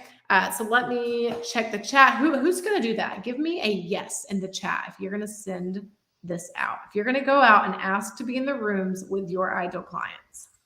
So somebody had asked, could you please provide more details on the specific strategy to get immediate MSP sales appointments? There's one right there. And and here's the deal. I know that we talk a lot about a why on the front side. Here's the challenge, and here's kind of the world that we run into. MSPs are looking for the quick, easy fix immediately. So we want to make sure we establish in your brain things are different. Things have changed. You have to think differently. Dieter put a comment earlier that was, since I started doing these free webinars, which we've been doing for a while, it's what I do first is cybersecurity. And that's why I might land this client at $200 per seat. So we got to get your brain changed first. And I know it's a pain in the ass and I'm really monotonous and annoying to listen to. My wife Can't deal with it most of the time. But please understand our why. And we'll get to the guts. Just please trust us and stick with us. And there's a method behind the madness, I promise. Yeah, awesome. And really, guys, it starts here. If you can't send out an email, like, are you really going to go build a list and make cold calls and send cold emails and follow up and do all the other things? This is the easiest. Like, this is as easy as it gets, right? Like, that's just a little tough love from your marketing coach here. But if we can't send out a simple email, how are we going to go follow up and build out our pipeline and check this thing day in, day out, host a webinar, host a summit, host a lunch and learn? This is the tip of the iceberg. Okay. Awesome. So let me swap back over here. Okay. So download the Ask template. If you guys have trouble or anything, just let us know, but it should go straight to our SharePoint. You shouldn't have to log in anywhere else. You just go straight there and you can download the template. Okay. So next up, let's talk about how our clients are actively finding leads. How are they actively building out leads lists? So this is where, and this actually kind of drives me crazy a little bit, where we have maybe some of our newer clients that come into seven figure. They're like, hey, can someone show me how to get my Facebook ads up and going? Or, hey, can you show me how to start running ads to this webinar that I'm doing for the first time? And I just want to say that if you are having trouble converting leads organically, meaning that we're not paying to get eyeballs on that webinar, we're not paying money to get people to go to that landing page, et cetera. And if we're having trouble doing that organically, we're going to have double the hard of time to do that with paid ads. Okay. So please do not start running ads straight out of the gate, and don't throw your money down the sewer trying to like fast track this with paid ads. Okay. There's another way to do this that's free, mostly ish. Okay. You may have to pay for like a leads builder or a list builder, but mostly free. It's way more controllable. You get way better results because you're able to see where any gaps are in your leads. You're able to refine your messaging. You're able to get your organic strategy first before you go and pump money into an ads manager that's probably way too complex for you to be using in the beginning of your marketing journey anyways. Okay. So they are building and working their lists. Now, most MSPs are not doing this. Why? I think because it sounds more complicated than what it is. But ultimately, they end up on the broken burnout cycle. But let's talk about why this is absolutely critical. I want to know in the chat, are you on track to hit your 2023 revenue goal? Just give me a quick yes or no. Are you on track to hit your 2023 revenue goal? We are about like 8 weeks out from the end of the year. So I'm curious, are you on track to hit your goal? Quick yes or no? All right. No, yes. I'm on track. Okay, cool. Now tell me, are you on track to hit your 2024 revenue goal? That's next year. Are you on track to hit your 2024 revenue goal? But wait, 2024 hasn't started. I know. Tell me, are you on track to hit your 2024 revenue goal? I'm on track. Yes, missed it, but we go again next year. I love that. 2024, no. All right. Now, if you're wondering, Lindsay, why are you asking me about 2024? We're not even there yet. Here's why. What you are doing right now is setting the pace for what results you're going to get 6 months from now. Okay. So think about it this way. What I'm seeing right now in my MSP, whatever is in my pipeline, however many deals I'm closing, however many first-time appointments I have on the calendar, okay, is a direct reflection of what I was putting in 6 months ago. So ask yourself, how many leads did I have on my list? How many rooms was I getting in? How many cold calls was I making? How many times a day was I following up with warm leads? Okay, so whatever I was doing 6 months ago, that's why you are where you are right now, right? Good, bad, ugly, doesn't matter. We're neutral to the results. We're going to keep going, right? But I want you to think about this objectively and say, all right, if I want to be on track to hit my goals, I've got to start taking action now. The work for 2024 has already begun, right? And whatever has gotten you here, this is a huge saying inside of like our coaching team, like internally, whatever has gotten us here will not get us there. And like, I want to shout out like Chris and just our team and everything, because this year has been such a huge like year of growth for us internally at seven figure. And it's because of this exact mindset. What got us here to where we are? That's great. It's beautiful. We're here. We're changing like hundreds of lives. It's so much fun what we do, but it's not going to get us to where we want to go. We have big, huge goals. and things have to change to get us there. So you got to ask yourself, something's got to change. If I want to go here, something's got to change. Okay. And this is just one piece of what it is that's going to help you do that. So again, our most successful clients are not doing all these things, depending on referrals, saying they're too introverted, outsourcing it to like all-in-one cold calling agencies or whatever. Okay. They're building lists and they're getting in the offense of their marketing. They're getting in the offense of their sales. Okay, whenever you're doing marketing right, it is a sales generating activity. We're not doing marketing for the sake of vanity metrics. We're doing it for the sake of pulling in sales, closing deals. Okay, so remember that when I'm doing marketing right, it is an income producing activity.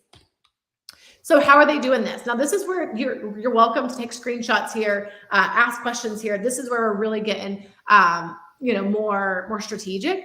How are our clients hyper targeting their list? So this is what I want you to think about as you're getting in the offense of your results for the remainder of 23, for 24, March of next year. I want you to start thinking, number one, what industry am I focusing on? And there's a lot of text on here, but we're just going to go through this like one chunk at a time. So what industry am I focusing on? I'm focusing on an industry that has a problem to be solved. Remember, I got to create emotional buy-in from my clients. I can't just go and say, hey, we're going to fix your computers and protect your network. That means nothing to 99% of business owners. It means nothing to them. So what is that emotional buy-in that I'm creating?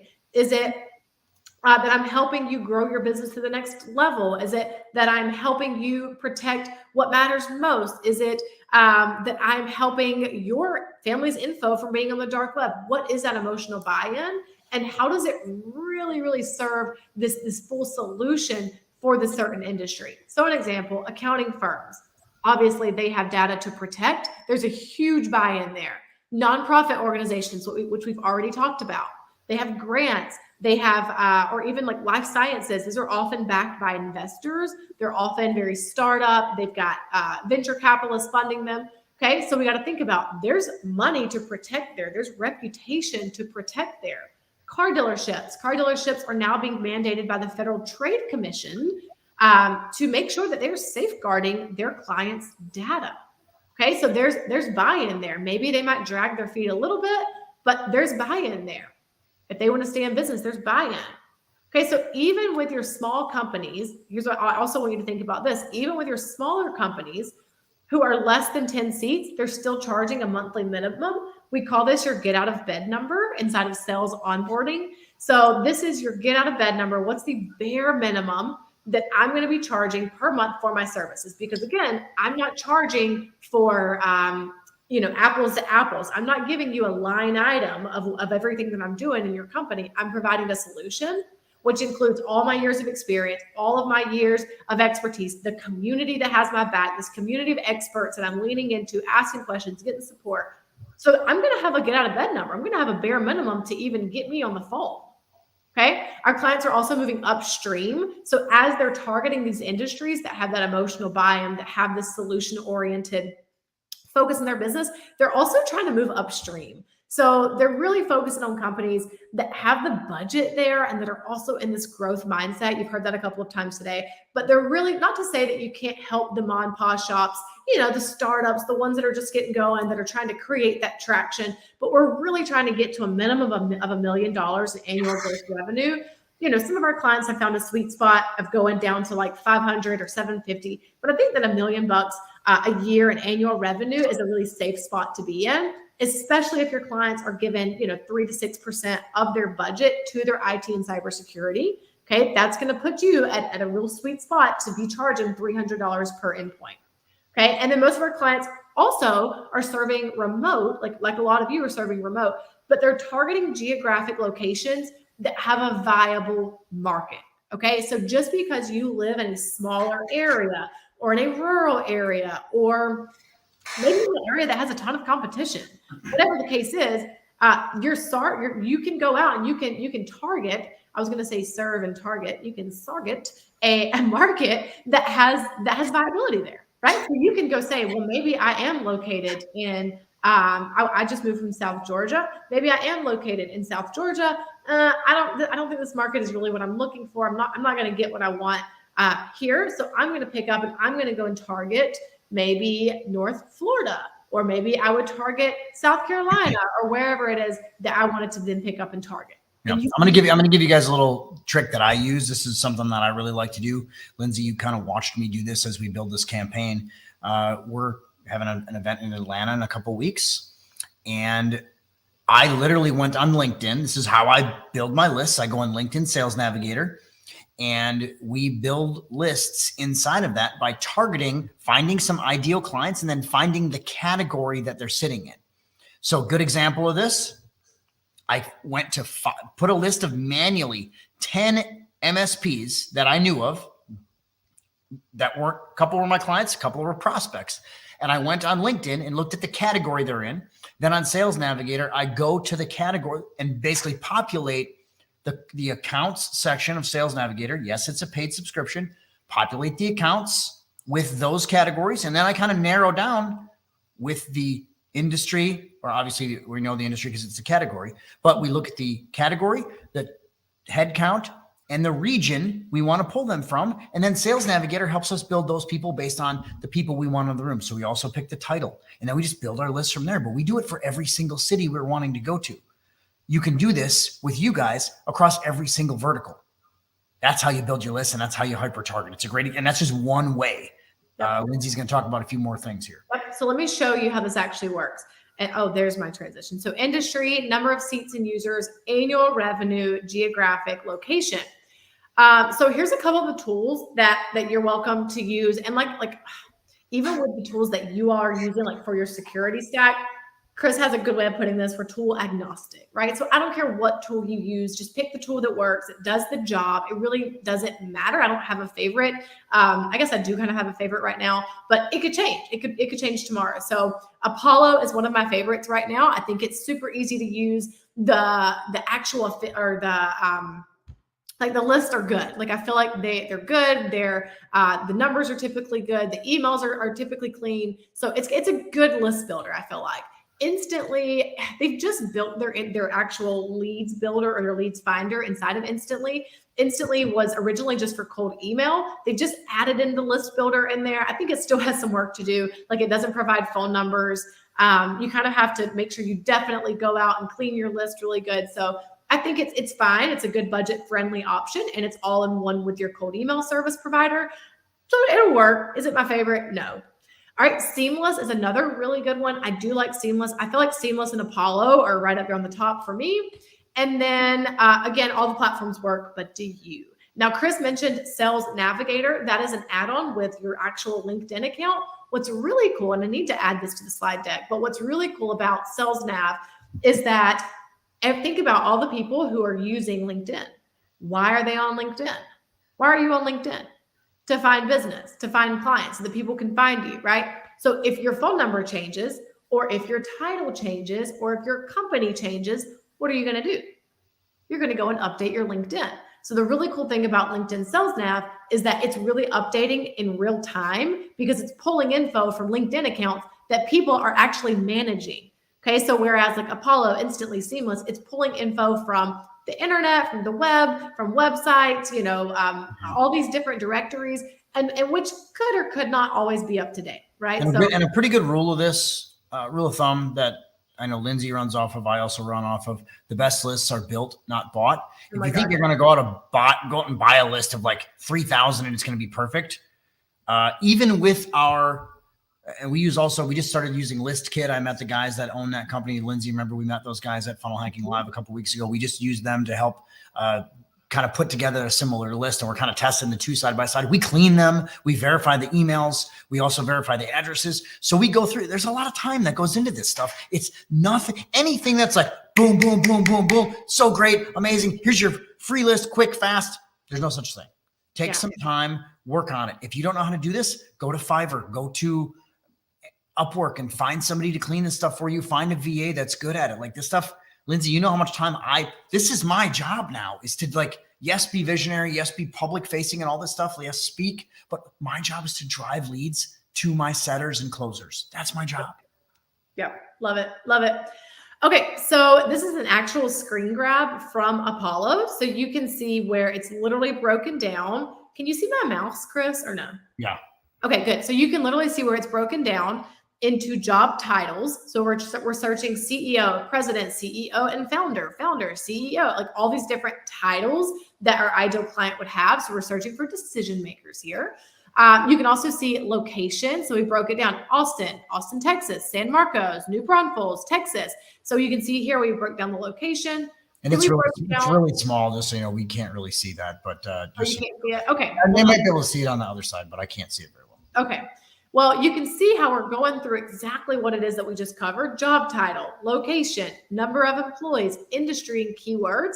And then if I could scroll down, I would show you where Apollo literally lets me choose their revenue. So I can choose companies that are from like 0 to 100K, 500K to 1 million, 1 to 10, 10 to 20, 20 to 50. And it has it broken down into intervals like that. So then I can target where am I looking to go inside of this market. Okay, so you can literally see it's going to pull names, LinkedIn links where I can go and connect with them on LinkedIn. I can connect this to my CRM. I can literally export this file.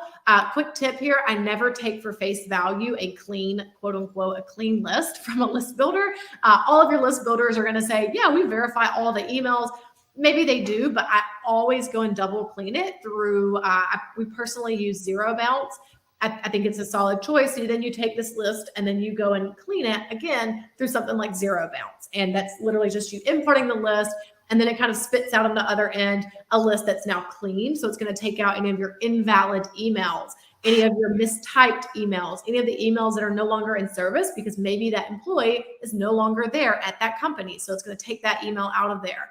I don't know how they do it, but it works. And then that's the clean list that you would then go and run to start emailing them, start inviting them to your webinars, your lunch and learns, et cetera. You're going to call them and you're going to start your actual prospecting, which we're going to talk about here in a few minutes.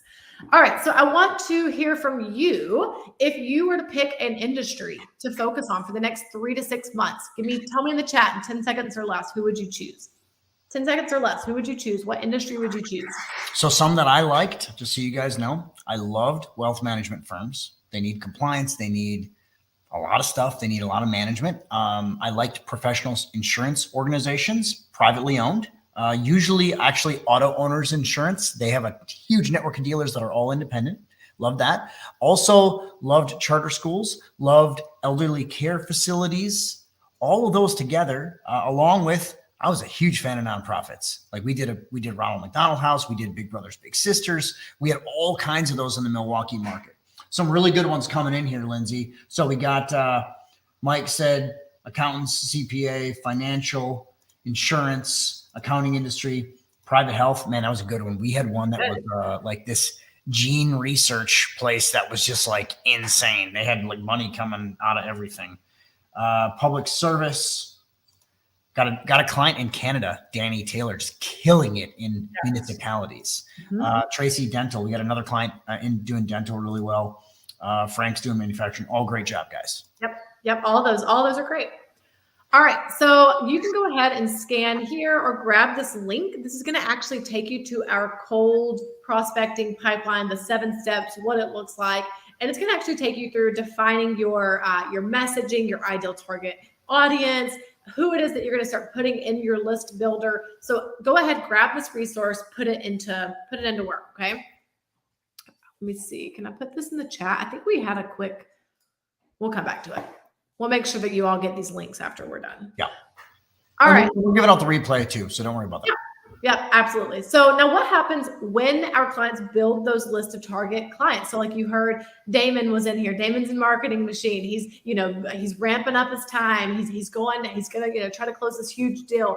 But how are we actually seeing these compound and scalable results, right? So I'm putting myself in the room with my ideal clients. I'm building my list. I'm getting into the offense.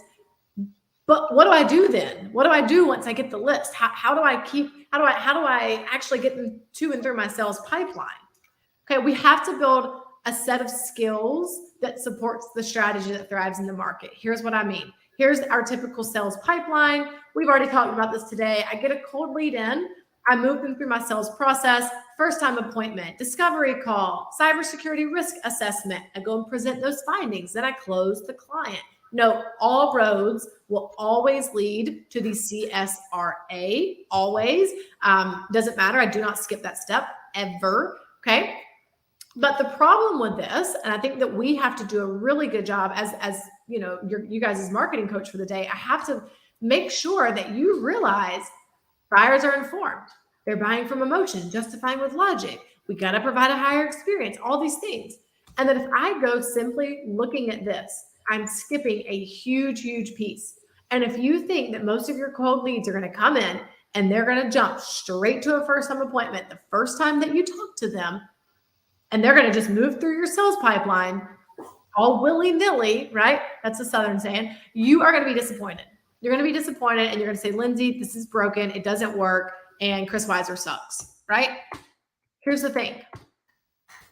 You have to make sure that you are, one, not positioning yourself to be commoditized, that you got to make sure that you're in front of all the information that's out there, okay? Because the sales funnel is not how people behave. Your sales funnel, people don't just talk to you one time and then go straight through the process and then sign on with you for 36 months. It's just not how it works. It's not realistic. Well, and also what I'm going to tell you is most MSPs have no sales funnel. It's actually literally like, oh, I met somebody. Let me just walk through their office. Yeah, and let me give sales process, guys. That's not. Let me send a proposal. And what happens then? Then they're going to go out and price shop you. Okay, so we've got to have the sales funnel, yes, but then we also have to have what I call the funnel before the funnel. And what this is really just a fancy way of saying that we are delivering value.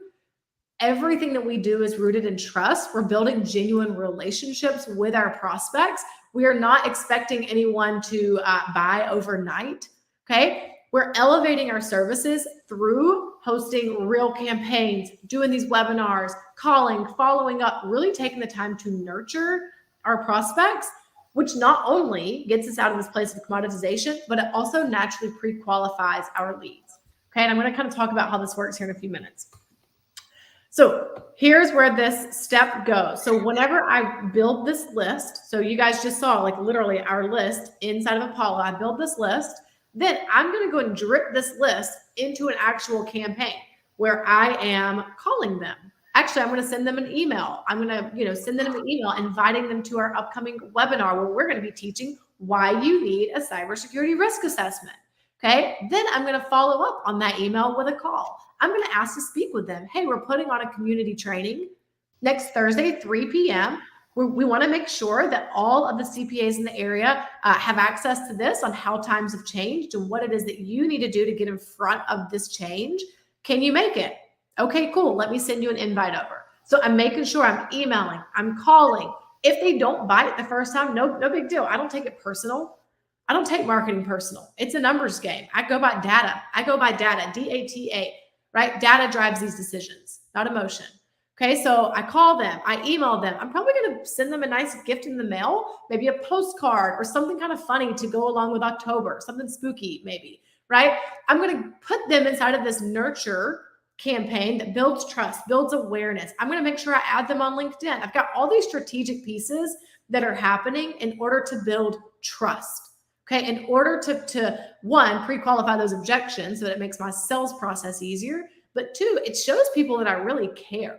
Right? It puts me in control of my results.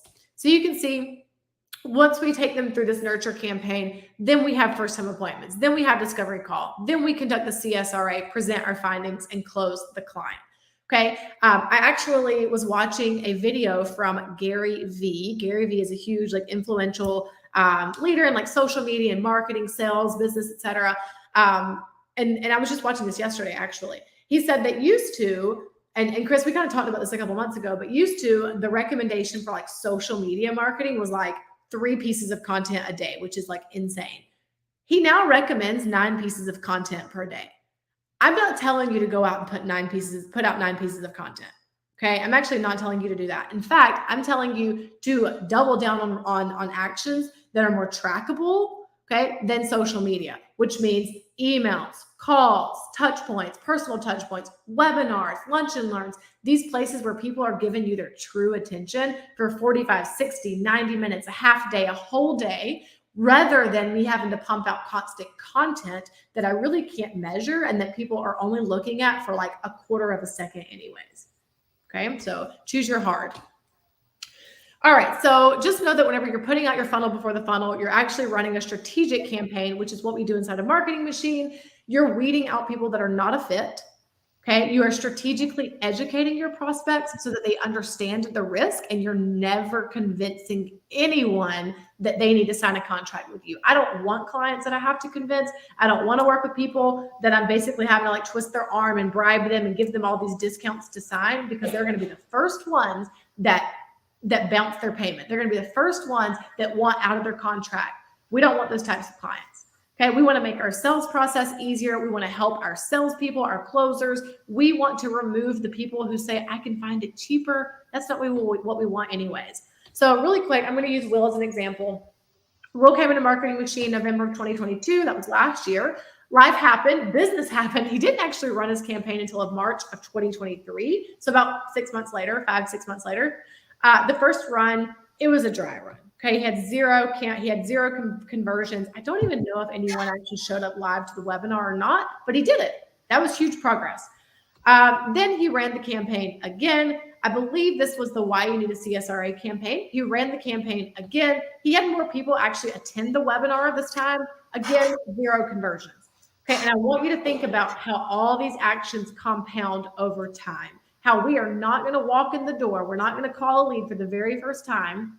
Okay, and then they're just going to convert right there on the spot. It doesn't work that way. Not now. Okay, so we have to run these things over and over and over again. Give it time, test, tweak, review, assess, change. Okay, he then ran it again, had a few attendees, 0 conversions. On the third time of running the same campaign, Will left with an 80% appointment booking rate. Okay, so those that actually came to the webinar, came to his campaign, had an 80% booking rate. And then he closed over $57,000 in new revenue. That's the data that we're talking about that drives decisions. So if I were Will, what would I go and do? I'd go and run that campaign again. And I would double the numbers that I pull into that webinar. I would double the number of people that are on that list that I'm prospecting to. These numbers are great. Let me see if I can double it. Can I triple it? Can I quadruple it? That's how we scale. Okay. Can I get a whoop whoop? Who wants to be like Will? What did he do? Will actually built a list of ideal clients. He invited those clients to an educational webinar. Times have changed. Cyber attacks are way up.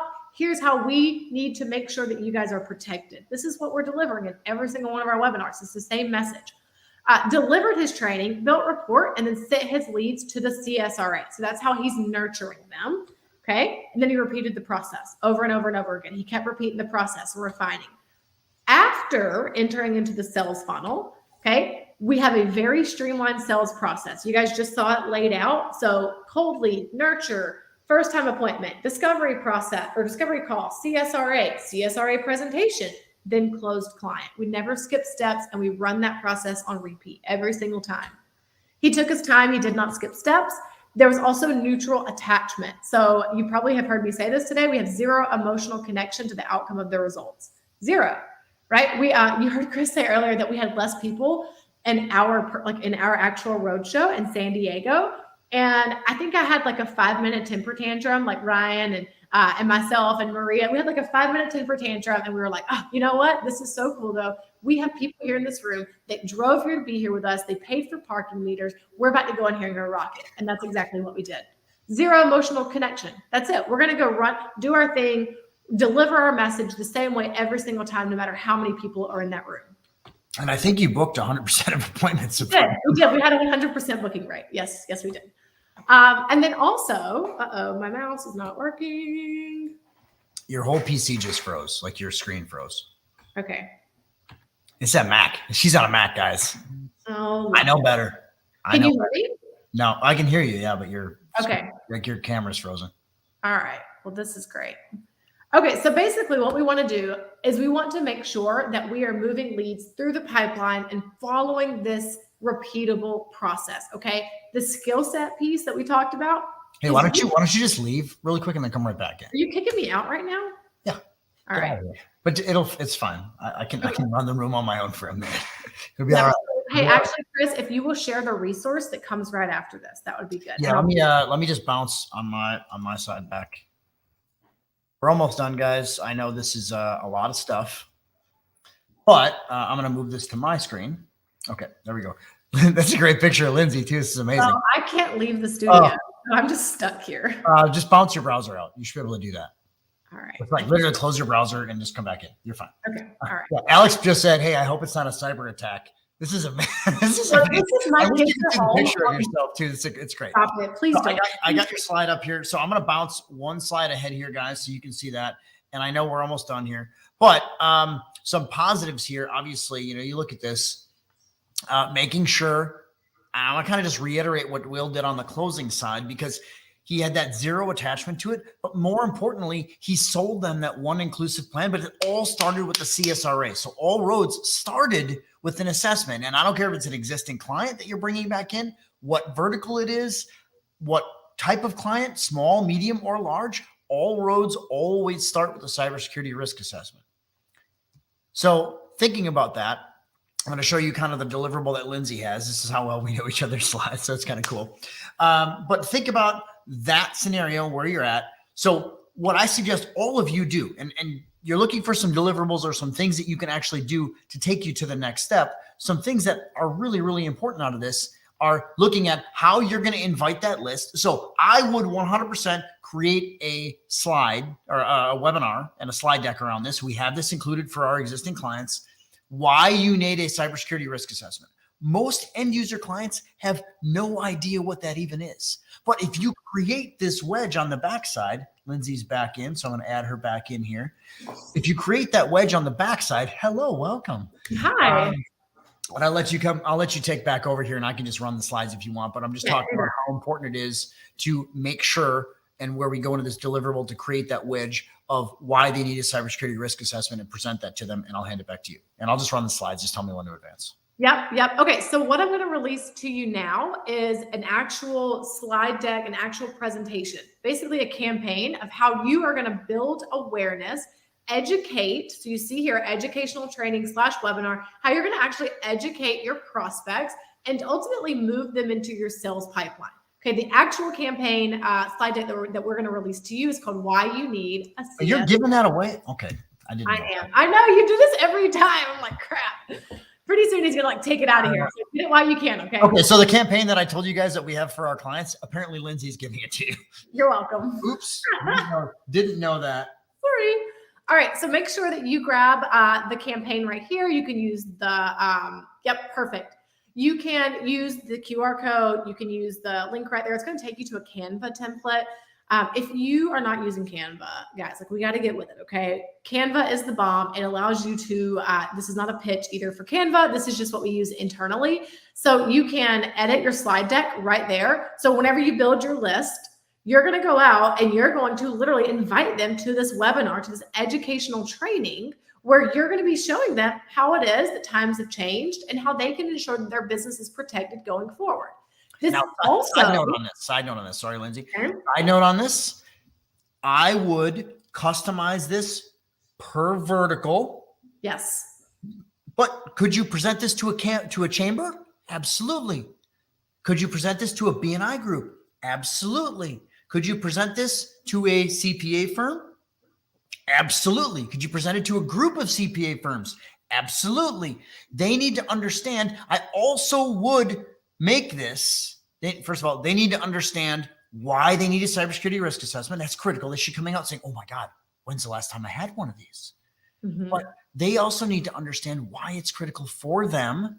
And this can also turn into a live presentation. So trade shows, seminars, you can make your own summit. You can do all these different ways to do this. It's key. And Bill, I'm going to get to your question in a little bit here as we get to Q&A, because that's coming up. Yeah, I was just going through that. Yeah, exactly. So you can absolutely take this webinar actually and use this as the premise for what you go and educate. Remember that training that you're going to send out to at least 10 of your existing clients or your existing or project clients, whatever. You're going to ask them for referrals to go and train someone that they know. You could take the same training, put your own spin on it, go through, edit it as needed to whoever it is that you're presenting to. And this is an educational piece of content. This is something that people need to know. Why does your company need a cybersecurity risk assessment? How to protect your company in these cyber times, right? So this actually is, we recommend this become a key piece, a staple piece of our clients' marketing plan. So at least once per month, they're running this webinar. They're running this campaign. Now, does it look a little bit different for different clients? Yeah, depending on what industry they're focusing on, depending on what area they're focusing on, et cetera. Our clients have, I think it's really cool to watch you all grow. Some of you are in here right now. It's really cool to watch you all grow and see how you come in and you're like, what? I got to go host a webinar. I got to run this campaign and do all these things. And then you get to this place, the skill set of being able to make changes and being able to say, based on this audience and based on these questions that I've been getting, I'm going to turn it around. I'm going to teach this way, and I'm going to shift the message this way. And it's really cool to watch you all make those changes and be able to make those strategic changes as you go. So, and if you think of the best MSPs that you know, from me to all of the different ones that have sold or grown or done it, they're good MSPs, but you know what they really are? Phenomenal marketers. That's what they are. They're phenomenal marketers and phenomenal salespeople. And I said this actively to my staff at Tech Squad IT in Milwaukee. We're in Waukesha, Wisconsin. We are no longer an IT firm. We are no longer an MSP. We are a sales and marketing firm that delivers IT services. And that really needs to be the staple. That doesn't mean you're a crappy MSP. That means that your core is your lead gen company. And I'll tell you what, if you can do that, there's sky's the limit. Yep. And you can do it in anything. You can do it in any business, in any market, in any. I've taken the same. My wife has a med spa that we just opened in July. We've taken the same exact principles. Lindsay, you've kind of watched this. So we've taken the exact same principles and applied it to my wife's med spa, and we're doing the same stuff. Yep. Yeah. All right, cool. So go ahead, grab this, go get your presentation. There are notes in there. You have an actual guide. You have notes over on the side from Lindsay, from me. I'm actually walking you through what to do inside of this webinar, how to hold your pace. I have it broken down into time slots, 5 to 10 minute mark, 10 to 20 mark. So everything's kind of noted there for you in that presentation. So before we hand it back to Chris, and we kind of talk a lot, but let's go ahead and recap. This is really good stuff though. No, you don't talk about it. No, not us. I don't know what you're talking about. And I saw that some of you are going to come back and grab the replay and take more notes. Do that. And if you can make it to our Fort Lauderdale event, I know that's like next week. Maybe this is a long shot. You're going to have a half day with me and marketing and doing this kind of stuff and literally building out your entire game plan. All of these little micro. That's like a workshop. That's literally like hands-on building it. Literally. Yep. Absolutely. Okay, so let's recap. Buyer behavior has changed. We know that. Market has changed. Prospects are smart. They are Googling you. They're checking you out on LinkedIn. They're doing their research. It's a good thing. That's why we're putting stuff out there. Prospects are buying from emotion, meaning that we got to have that emotional tie, not just logic. We're not comparing apples to apples anymore. We're not making it so easy for people to go out and price shop us, okay? Because we're not in this land of commoditization anymore. People are also expecting higher quality services with that higher price point. So we got to be convinced of our services. We got to know the value that we're bringing to the table for anyone else to realize it. Okay. We also know that we got to position ourselves as the cybersecurity expert. We got to get out of our bubble. You all are going to go send that out to at least 5, 10 of your existing clients. Get out of your bubble, ask for those referrals, ask to be in the rooms. And I want to hear you. Like, I want you to come back tonight, this afternoon, maybe tomorrow morning, and say, Lindsay, Chris, I did it. I sent the email and I booked the training. Lindsay, Chris, I did it. I haven't gotten a response yet, but I did it. I put myself out there. That's growth. In fact, if you can go on to our Facebook group, it's the IT and MSP business owners group. Tag me, tag Lindsay, and say, hey, I sent a letter. That'd be awesome. That's so much growth in itself. Okay. We are also going to make sure that we are getting in control of our marketing, of our lead gen, of our sales. We're going to make sure that we're building lists. We know who it is that we're working. We're going to wake up every single morning, check our sales pipeline. I don't care if you got one deal or 100 deals in there. Every single day, we're going to live and breathe sales pipeline. And we're going to make sure that we're implementing our nurture funnels. We're going to make sure that we're creating multiple touch points. We're educating our ideal clients. And we have an actual process that we're following and that our clients are following. We're not expecting anything from them overnight. We're not expecting the fast win. That's lazy. It's just lazy and it doesn't work. Okay. So we're going to make sure that we have this process. And that's how we're going to pull leads in and through our pipeline. And last but most importantly, last but not least, actually, we're not going to stop. Okay. You are here for a reason. You are here because you want to take control of your results. You want to be bringing in at least 10 leads per month. If I can bring in 10 leads a month, I'm going to close a deal per month. If I bring in 20 leads per month, I'm going to close 2 leads per month. Okay, that's the rule of thumb that we use in Marketing Machine. You know that you're here for a reason. Do not stop. Don't stop today. Take something, implement, take action. Do not stop. And ultimately, you cannot get the sale that you didn't ask for. So get out there and ask for it. Okay. And, when Lindsay talks about numbers and all those things, I want to kind of come into our Q&A time. And Bill had a question here that I want to kind of come up on, which Bill, I'm going to bring this up on the screen here. But when Lindsay talks about numbers, to give you guys an idea, back in 2010 through 2015, my MSP in Waukesha, Wisconsin, averaged about 50 inbound plus outbound leads per month. So around all of our strategies, we averaged about 50 per month. Now that didn't mean 50 meetings. That meant 50 meetings, 50 FTAs, first time appointments. So looking at that, and here's kind of how my numbers worked around it. I kind of worked in this world of 1/4. So if I have 16 meetings, I'm probably going to have 16 FTAs. We'll just call it that. We're going to probably turn into 4 cybersecurity risk assessments, which is probably going to turn into 1 client. That was pretty much the numbers that I worked in. It kind of goes into looking at the KPIs that Bill is looking at here. In order for you to get 16 FTAs or 32 FTAs or mine, we averaged 50. We certainly didn't start with 50. In order to hit that numbers, we had to do roughly a marketing campaign every single day in some capacity. So we were running stuff all the time, constantly working on campaigns, working on webinars, we did a lot of cold calling. And a good example of what we're doing for our Atlanta location, we built our list. We're doing some contact. We got our Facebook group that we're working on stuff on. We're building our list. We are sending out direct mail postcards. We're calling down on those direct mail postcards. We're messaging people. We're sending cold emails. So we got all these different traffic pieces, and it starts with picking a vertical. It starts with picking a list. But bottom line, I wanted 50 people in the room confirmed, which means at Atlanta, that's our goal because it's a Fleming's Steakhouse. And I'm just giving you guys some real numbers on the backside of stuff that we do. 50 people in the room at a Fleming's Steakhouse in Atlanta somewhere. I have no idea where it is. But we could put the URL if you guys want to see what the landing page looks like. Lindsay, if you could do me a favor and throw that in the chat. But we built a list of 1,000 qualified MSPs and their contacts and go from there. So we clean it, put emails in it. We clean it, put mobile numbers of executives in it. We clean it and put actual mailing addresses of those people in there. So you see how in-depth it is. We built that list on ListKit, which I know the guys at ListKit. You can use Apollo. You can use multiple different pieces. I don't care. And then we also built another accompanying list on Sales Navigator and kind of intermingled them. And we're about 2,000 total now across all of it.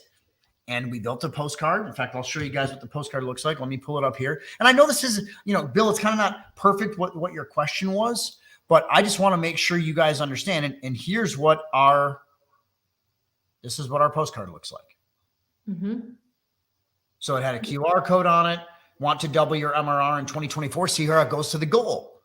And then our back, see if I can find, here's the back. So it was a mail postcard. That's exactly what we do. So that's exactly how I built it internally here. And most MSPs, I tell them that and they're like, whoa, that's a lot. Yeah, it's not easy. Like none of this stuff's super easy. Do you want to be a millionaire or not? Pick your heart. Mm-hmm. Like, okay. I mean, it's hard doing the stuff we're doing. It's hard growing to be a millionaire. Pick your heart.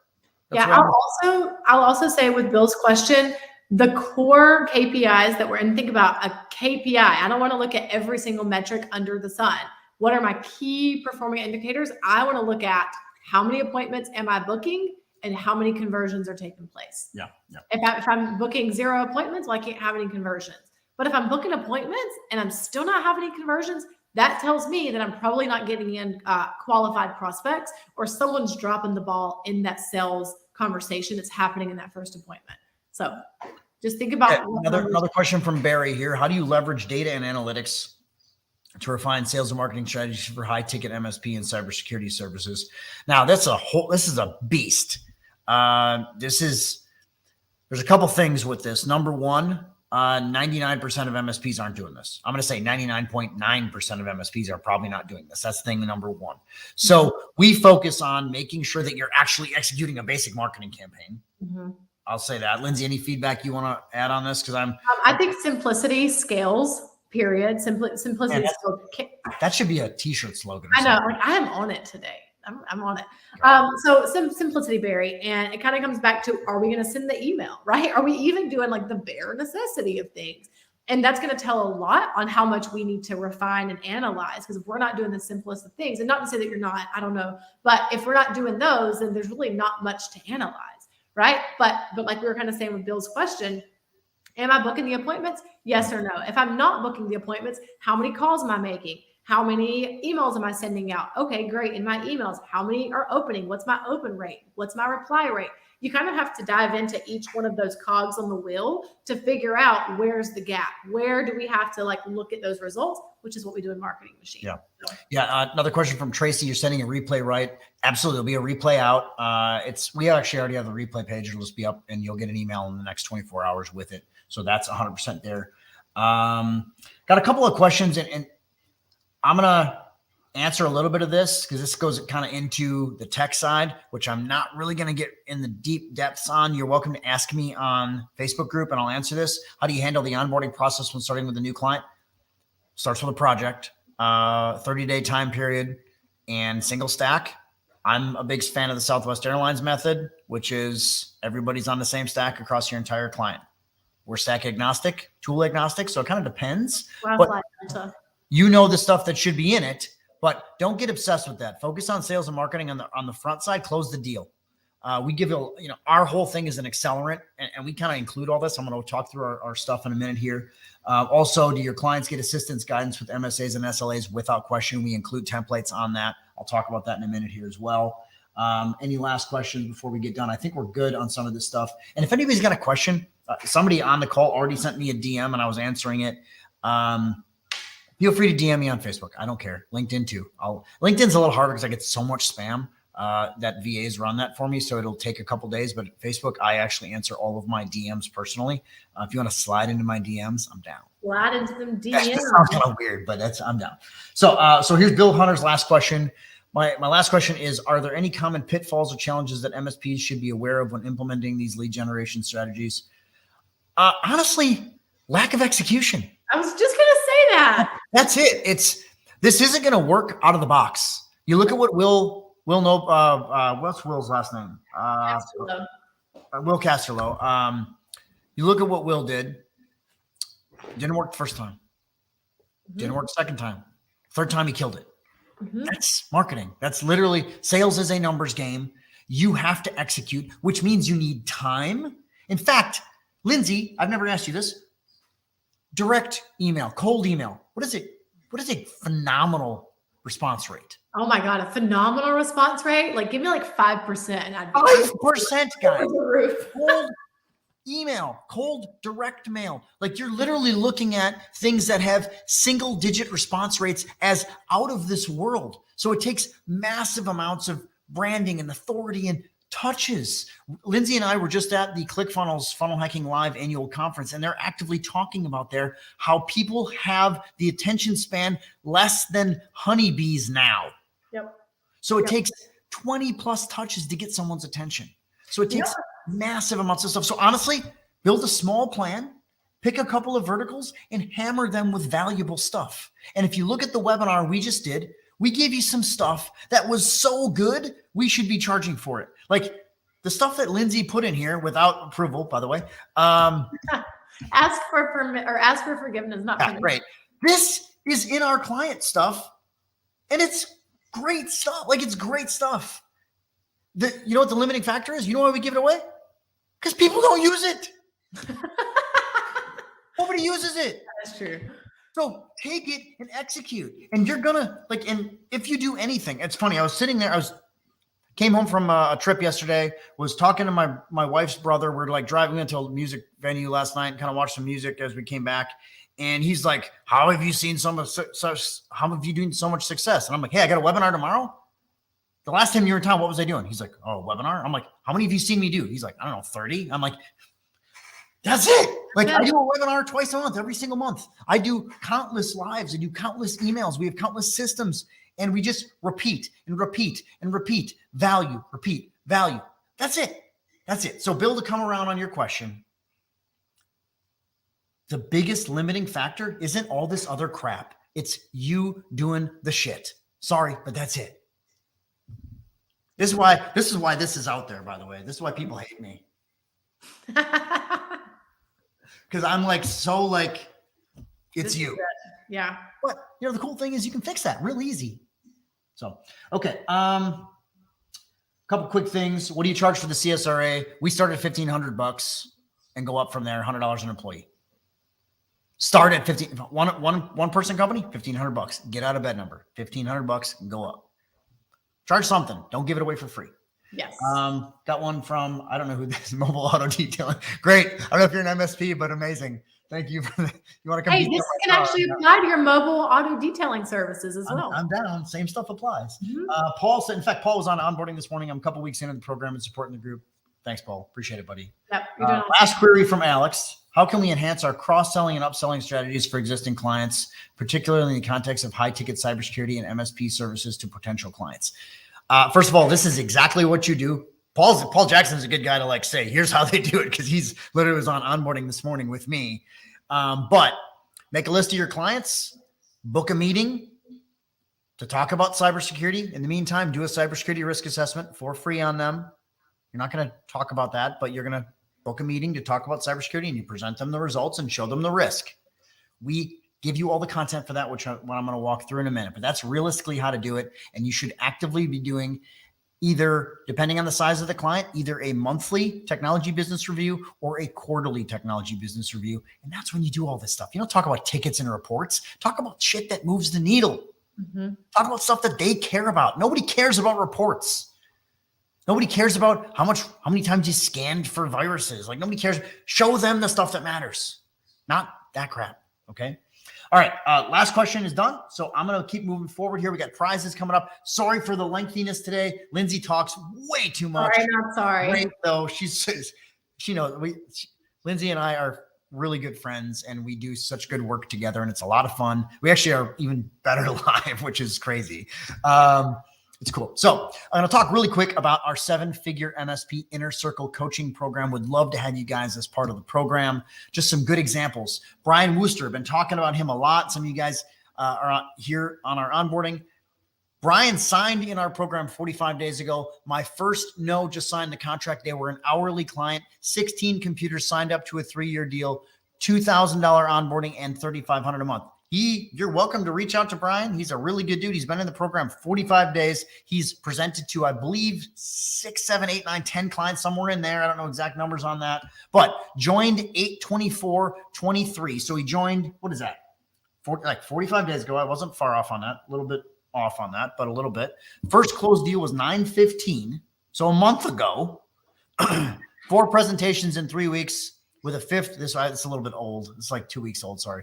1 contract signed, 2 verbal yeses pending, signature, and a total of he's over that now, which is awesome. I got to update that. I forgot to. And he's in Marketing Machine now. So, 40 days into the program, Brian's 10K in new MRR in the program. He's in our 7-figure MSP Inner Circle Elite Coaching Program. It is a complete sales and marketing program to accelerate you to 7-figure deals, 7-figure months, 7-figure years, wherever you're at. If you're an 8-figure company, we can help you there too. It doesn't matter. Includes full sales and marketing coaching. Our full 7-figure MSP, double your MRR sales system. Also comes with complete sales onboarding. Starts with me. Did it this morning. Paul Walker, you're welcome to talk about that and where he was at this morning. or sorry, Paul Jackson. I said Paul Walker. It's like I'm Paul Walker. Fast and the Furious. But hey, that's a good guy to compare you to, Paul Jackson. It's Paul Walker. So, but you get complete sales onboarding with me, also Cindy Phillips, also Ryan O'Hara, who's our current VP of Member Services. Notice I said current, questionable. He's a questionable hire. We have also our weekly sales open office hours. That's every single week for walking through and working through deals and coaching. You also get the full 7-figure MSP marketing machine with your coach. That's Lindsay right below us. The complete marketing onboarding process, which I dropped in on last week. It was unexpected. I love it. It's so good. Full weekly marketing open office hours with Lindsay and her team as well. Here comes the proposal presentation templates. You get our full cybersecurity sales presentation. This is a PowerPoint top to bottom. It's updated every single quarter. It's lit. Like, it's amazing. It's the best thing it's litty. It's amazing. You also get our full cybersecurity sales proposal Word document. That's included. Our risk acceptance letter template that kind of helps you kill those objections at the table. Oh, I need 14 days to think about it. Hey, that's fine. But here's how we're going to handle your breach when it happens between now and when you go, or even if they say no, we give you a risk acceptance letter to help you address those concerns and those no's. You also get a full MSA, which includes an SLA. You get a full statement of work template, all included with that, a cybersecurity risk assessment agreement as well as part of that, incident response plan templates, and discounted access to our ultimate MSP contract kit. Those are all there. You get multiple tools, our complete 7-figure MSP risk assessment system, and our done-for-you risk assessment tools included with this, along with multiple 6-7 other tools that are included with that. Breach Secure Now, Cyber CNS, ScalePad, that's the old Lifecycle Insights.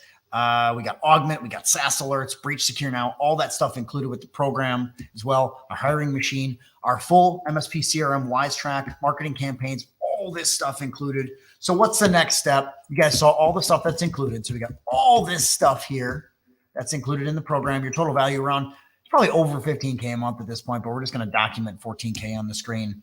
My special offer for you guys today, our retail price is $3,500 a month on this. By being on this webcast, you get a discount down to $1,750. It is a 12-month commit on this, and you do have to book your call while we're on this webinar. And I know we got a lot of people that are still here with us. Please book your call. Here is your URL. I'll give you 1 second, but I just want to show you again all the stuff that's included, your value there. Here's where you can actually book your call. Gives you a little bit of outline. Lindsay, if you could do me a favor and throw that URL in the chat. If you go here, you book your live strategy session. That's going to be either with Jose or a couple other members of our team. Jose's been our lead guy. He's been absolutely awesome. We got some new people in there as well. And actually, multiple of our closers are going to be at our live event in Fort Lauderdale. Really, really excited about that. So we got some cool stuff coming up with that. I think Jose and Sean are going to be there. So that's awesome stuff. Yep. Really excited about that. So you can go to 7figuremsp.link/VIP invite. Mention you're on this call, and every single one of you will get a $50 Amazon gift card for booking that call and showing up. So even if you just show up to the call, you'll get a $50 Amazon gift card. Here's one thing I want to say. I get a lot of objections. Chris, I don't know if this program is going to work. I'm nervous to commit. I think this is a scam. Is there a guarantee? I got a couple of guarantees on top of this. First of all, just to prove I believe so much in this, I have a 30-day money back, no questions asked guarantee. Note, I've never been requested to use this. The program works that well. Had some people, in fact, we got some clients on here. We got Damon, we got Paul Jackson on the call. Here's the caveat. You got to participate. You ain't going to come in the program, download a bunch of stuff, and go. It takes some work. So take some effort, take some coaching. Who has the Southern accent now? You ain't going to do that. Oh, whatever. I'm sorry. Shut up, Georgia girl, with your meetings. But if you come back to me and say, hey, I'm not going to see an ROI. I don't see any ROI. It's not worth it. This program won't work in my market. I'll just give your money back. I've never even been requested to this, to the point that I added the second guarantee because I was like, people were coming in like, what do you mean it's never been requested? Obviously, it's not a good guarantee. I'll even throw 90 days on it. Like, I don't care. The program works if you do. That's the factor. Continuing how I believe so much in the program, if you participate in the work, do the stuff, and in the first 90 days, you don't make at least your investment. Our goal is to get you your investment in the first 90 days back. That's a no-brainer. Should be a no-brainer. If you don't make at least $1,750 in a new MRR, I'm going to write you a check for $1,750. Also, never been requested, because people know. I'm not going to say that everybody succeeds. I'm never going to say that. But the variable is they come in and don't do the work. And that's a small portion. I'm not going to debate that. It's a small portion, but it happens. No different than, hey, if you got Arnold Schwarzenegger as your fitness coach, as your lifting coach, if you do the work, you're probably going to succeed. But if you do nothing, not going to see a whole lot of benefits. That's our 7-figure MSP Inner Circle coaching program. Again, here is your URL. Register right now. Sign up for this right now. This is a Google Doc. On the bottom of this is the actual link to book your call. So you can go there and do that. And I'm going to leave that up while we do our prizes. Dun, dun, dun, dun. So here's what we're going to do. And man, you guys killed it staying here with me. I know we're 2 hours, 20 minutes, long day. Lindsay talks way too much. It's a lot, man. It's like, you should see her in real life. It's twice as bad. It's awful. It's so bad. You'll see me next week. Ha ha. Ha ha ha. Okay. And thanks so much. Tracy just said this was a valuable use of time. So thank you for that. I know it's long and I know it's a lot of stuff, but it's real and it's live, and the same strategies we tell you to do, we do, right? Okay. So here's how you win. Gotta stretch here a little bit. I think Chris Harper had a question over there. Okay. I'll answer the question while we're putting comments in here. So okay. Give me a second. All right. Here's what I want you to do. What's one thing you're going to take out of today's webcast and implement in your business in the next 30 days? Now, you can also say, I'm going to sign up for Elite. I'd love that. That's a winning comment trick. Okay. So Chris Harper had a question here. Is that it? Is that what you're talking about? What am I missing on that? What's the third guarantee? Go to the question go to the comment right above it. Someone asked for the third guarantee. I'm done. Oh God. Kick me out again. Yeah, I should boot you out again. Okay. So you guys got to write in your comments. We got here. So I got a comment from Alex. Noted, Chris, thank you. Really enjoyed the session. Love your vibe. Appreciate it, man. If you guys have not met me, come to one of our road shows. In fact, Lindsay, do me a favor, throw me a road show thing in there too for the URL for that. It's mrr.7figuremsp.com. We're going to be in Atlanta, November 7th. All right, November 2nd. What day are we in Atlanta? I have no idea. I just show up when y'all tell me. We won't just show up. November 2nd, Thursday, November 2nd. And then we're in we're actually at IT Nation, November 8th. For their pre-day, and then in December, we're in Los Angeles, December 7th. Sounds right. Lindsay and I will both be at all three, and then we're probably going to be at a good chunk of them in 2024. We just show up when Maria tells us to be there. Yeah.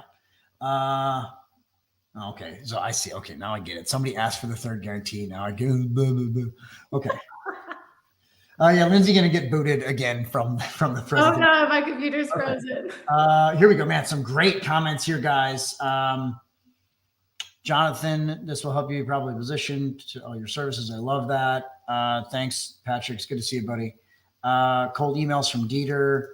Alex said, man, good stuff, guys. I love this. Frank, create a cold marketing funnel.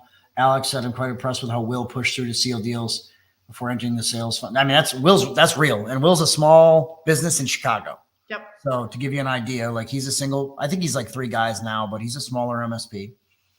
Tyler said, analyze pricing and book meetings with my clients for review. Barry said, I've learned reasons for the full risk assessment. It's good to see you guys were listening. And this is why, so Bill, coming back to you, this is why I talk about this stuff. I know it's like a lot, and I know you want to get to give me the guts. This is why we talk about this, because you have to change. The MSP industry has to change to do the things that we're talking about here. Okay. Bazad said, focus and repeat the flow every time. Cold emails, web marketing funnel. Chris said, cybersecurity assessment and learn to try about it. Mike said this. Patrick, good to see you, buddy, at IT Nation. Love it. You can buy me a beer. Cheval said, use the templates that you shared in my approach to new clients. Huge. Okay, Lindsay, I'm going to let you, we got some great stuff, and I'm going to get my 3 notes booked. Secret Inner Circle Talk. Paul, I'm holding you to that, buddy, because I told you about that this morning, right? Okay, Bill said immediate sales appointments. I will incorporate the strategy for securing. Good job. And Patrick said he can buy me a beer. Now you make that 2 beers, buddy. Okay, Lindsay, I want you to pick your $75 Amazon gift card winner. All right, hold on. Let me put them in. Okay. All right, so 75. This, or what are you doing? What is it now? Are you randomizing this? I'm randomizing this. Are you not? I like it. It's your call, not mine. Yeah. All right, 75 winner. I think I got everybody. Dun, dun, dun, dun. Alex Bob. Hey, Alex, do me a favor, Alex. I know we have your email address. Shoot Lindsay. You're on our list. Put it. Yeah, you're on the list, buddy. Get ready to get barraged with phone calls from Lindsay.